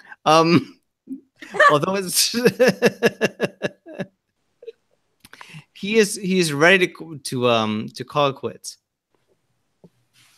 Right. He needs a whore to crawl into his bed, and he wants to fuck that whore and give a very long monologue to that whore and say goodnight. Well, she's giving him a blowjob. Oh, it goes without saying. Yeah. Okay. Which is honestly Deadwood in a nutshell, which is a lot of politics and a lot of monologuing and very little action actually happening. Yeah. You want to speed this up? Is that what you're trying to say? I'm not saying that there couldn't be a part 2 to this, whatever happened in the last hour, but we do need to end it. You want 30 minutes? No, I wanted it immediately. Really?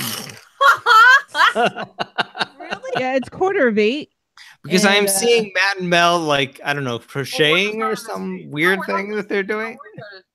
I'm still listening. I don't think that's unusual. No, we're all listening. We can't We're all see them listening. most of the time on the Yeah. podcast. But I have a feeling that they're doing all kinds of stuff every time we're together. All sorts of freaky stuff. No, they're listening. I'm listening. I'm also I drank half a bottle of whiskey, which in retrospect maybe I should not have. That's where we are. Okay, I get it. How many Well, and silver just an people are on FYI, this I only podcast? slated 4 hours for this, so I have a hard out at 8. It's All hard. right. Okay. Well, It's hard That's to. fine. It's hard to like control the amount of time that role playing game will How take. about? Well, I mean, she's got a hard out at 8. It's 7:45 right now. Can Matt? Can you last another 15 minutes and we just wrap Yes. this up? All right. All right, why don't we do that? And I'm not saying that we can't continue at some point and sort of provide a resolution to this enrapturing mind a part two. storyline of Cy Tolliver being killed, but we do need to kind of. Well, it's not just Reach the a Cy Tolliver kind- being killed. I mean, Right. we've still got these Pinkertons. Oh, And the fuck the Chinese War. Pinkertons. Oh, So let's cut it in half, right? So I don't think I can wrap up in 15 minutes. So let's end it early, and just say the so you got Trixie at the Bella Union, and she and Richardson. Richardson is Trixie's looking through the looking for a deed to the Bella Union, kind of whatever that is. What else we got? We got Dan bringing back Enforcer to the gem for Al to question, right? You might need to wait a while. I don't think Al's in any condition to interrogate you right now. And then we have the sheriff and his gang interrogating the other shitster over at Charlie Other's place. Am I missing anyone? Am I missing anyone else? I'm with the sheriff. I'm not doing anything because I'm Jane. Is there Better be drinking at least. Is there anything I could roll to make this guy talk right now so we get that all out of the way? What can I roll? Read a person. Okay. That's fine. Let's see Or what we seduce got and here. manipulate if you're of that persuasion. All right. Let's see. That's which one is that? Read a person is sharp. Sharp. Okay, so I've got an 8. 8. All right. 8. So, what question would you like to ask him? Ask him one question, and he'll answer.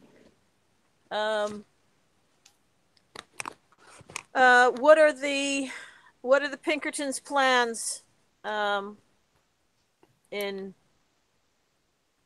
the next little while here. What are the Pinkertons' plans in making a war against us?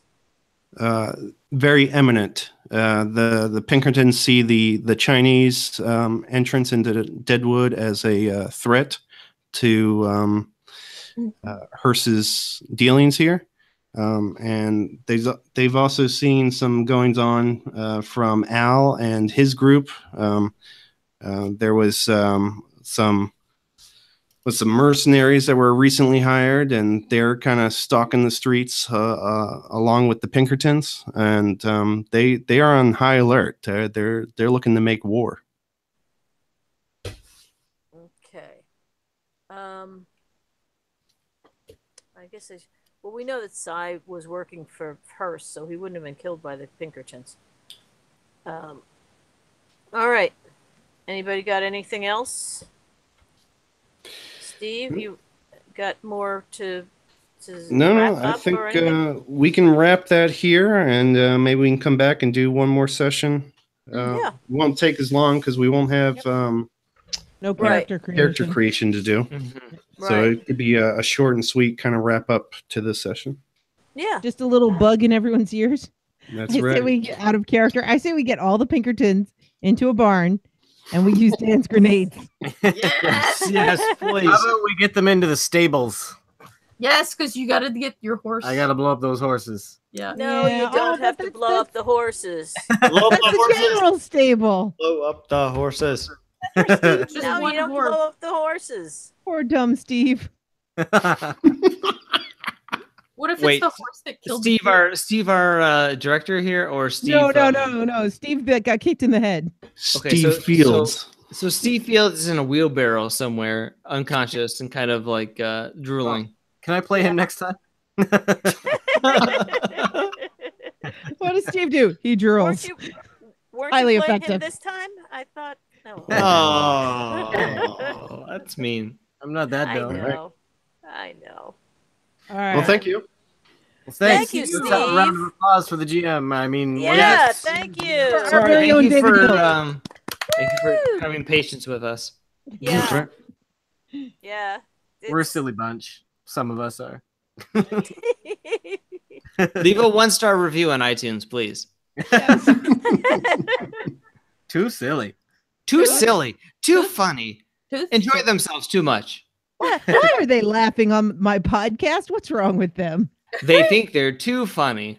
Oh. 1 star. And All right. All right. Well, thank you all. Thank you so much for doing this. Appreciate it. No problem. Oh, poor Steve. Yeah. Poor Now Steve. it's Steve. but- And Matt, drink some water. All right. Take care of yourself. Yes, definitely drink some water. All right. All right. All right. All right. All right. All right. Cool. All right. Thank you all. All Bye-bye. right. Thank everyone. you. Oh, Bye yeah, bye. good night. So Till Matt, next you need to time. hit stop broadcast. At some point. Mhm, mhm. Done.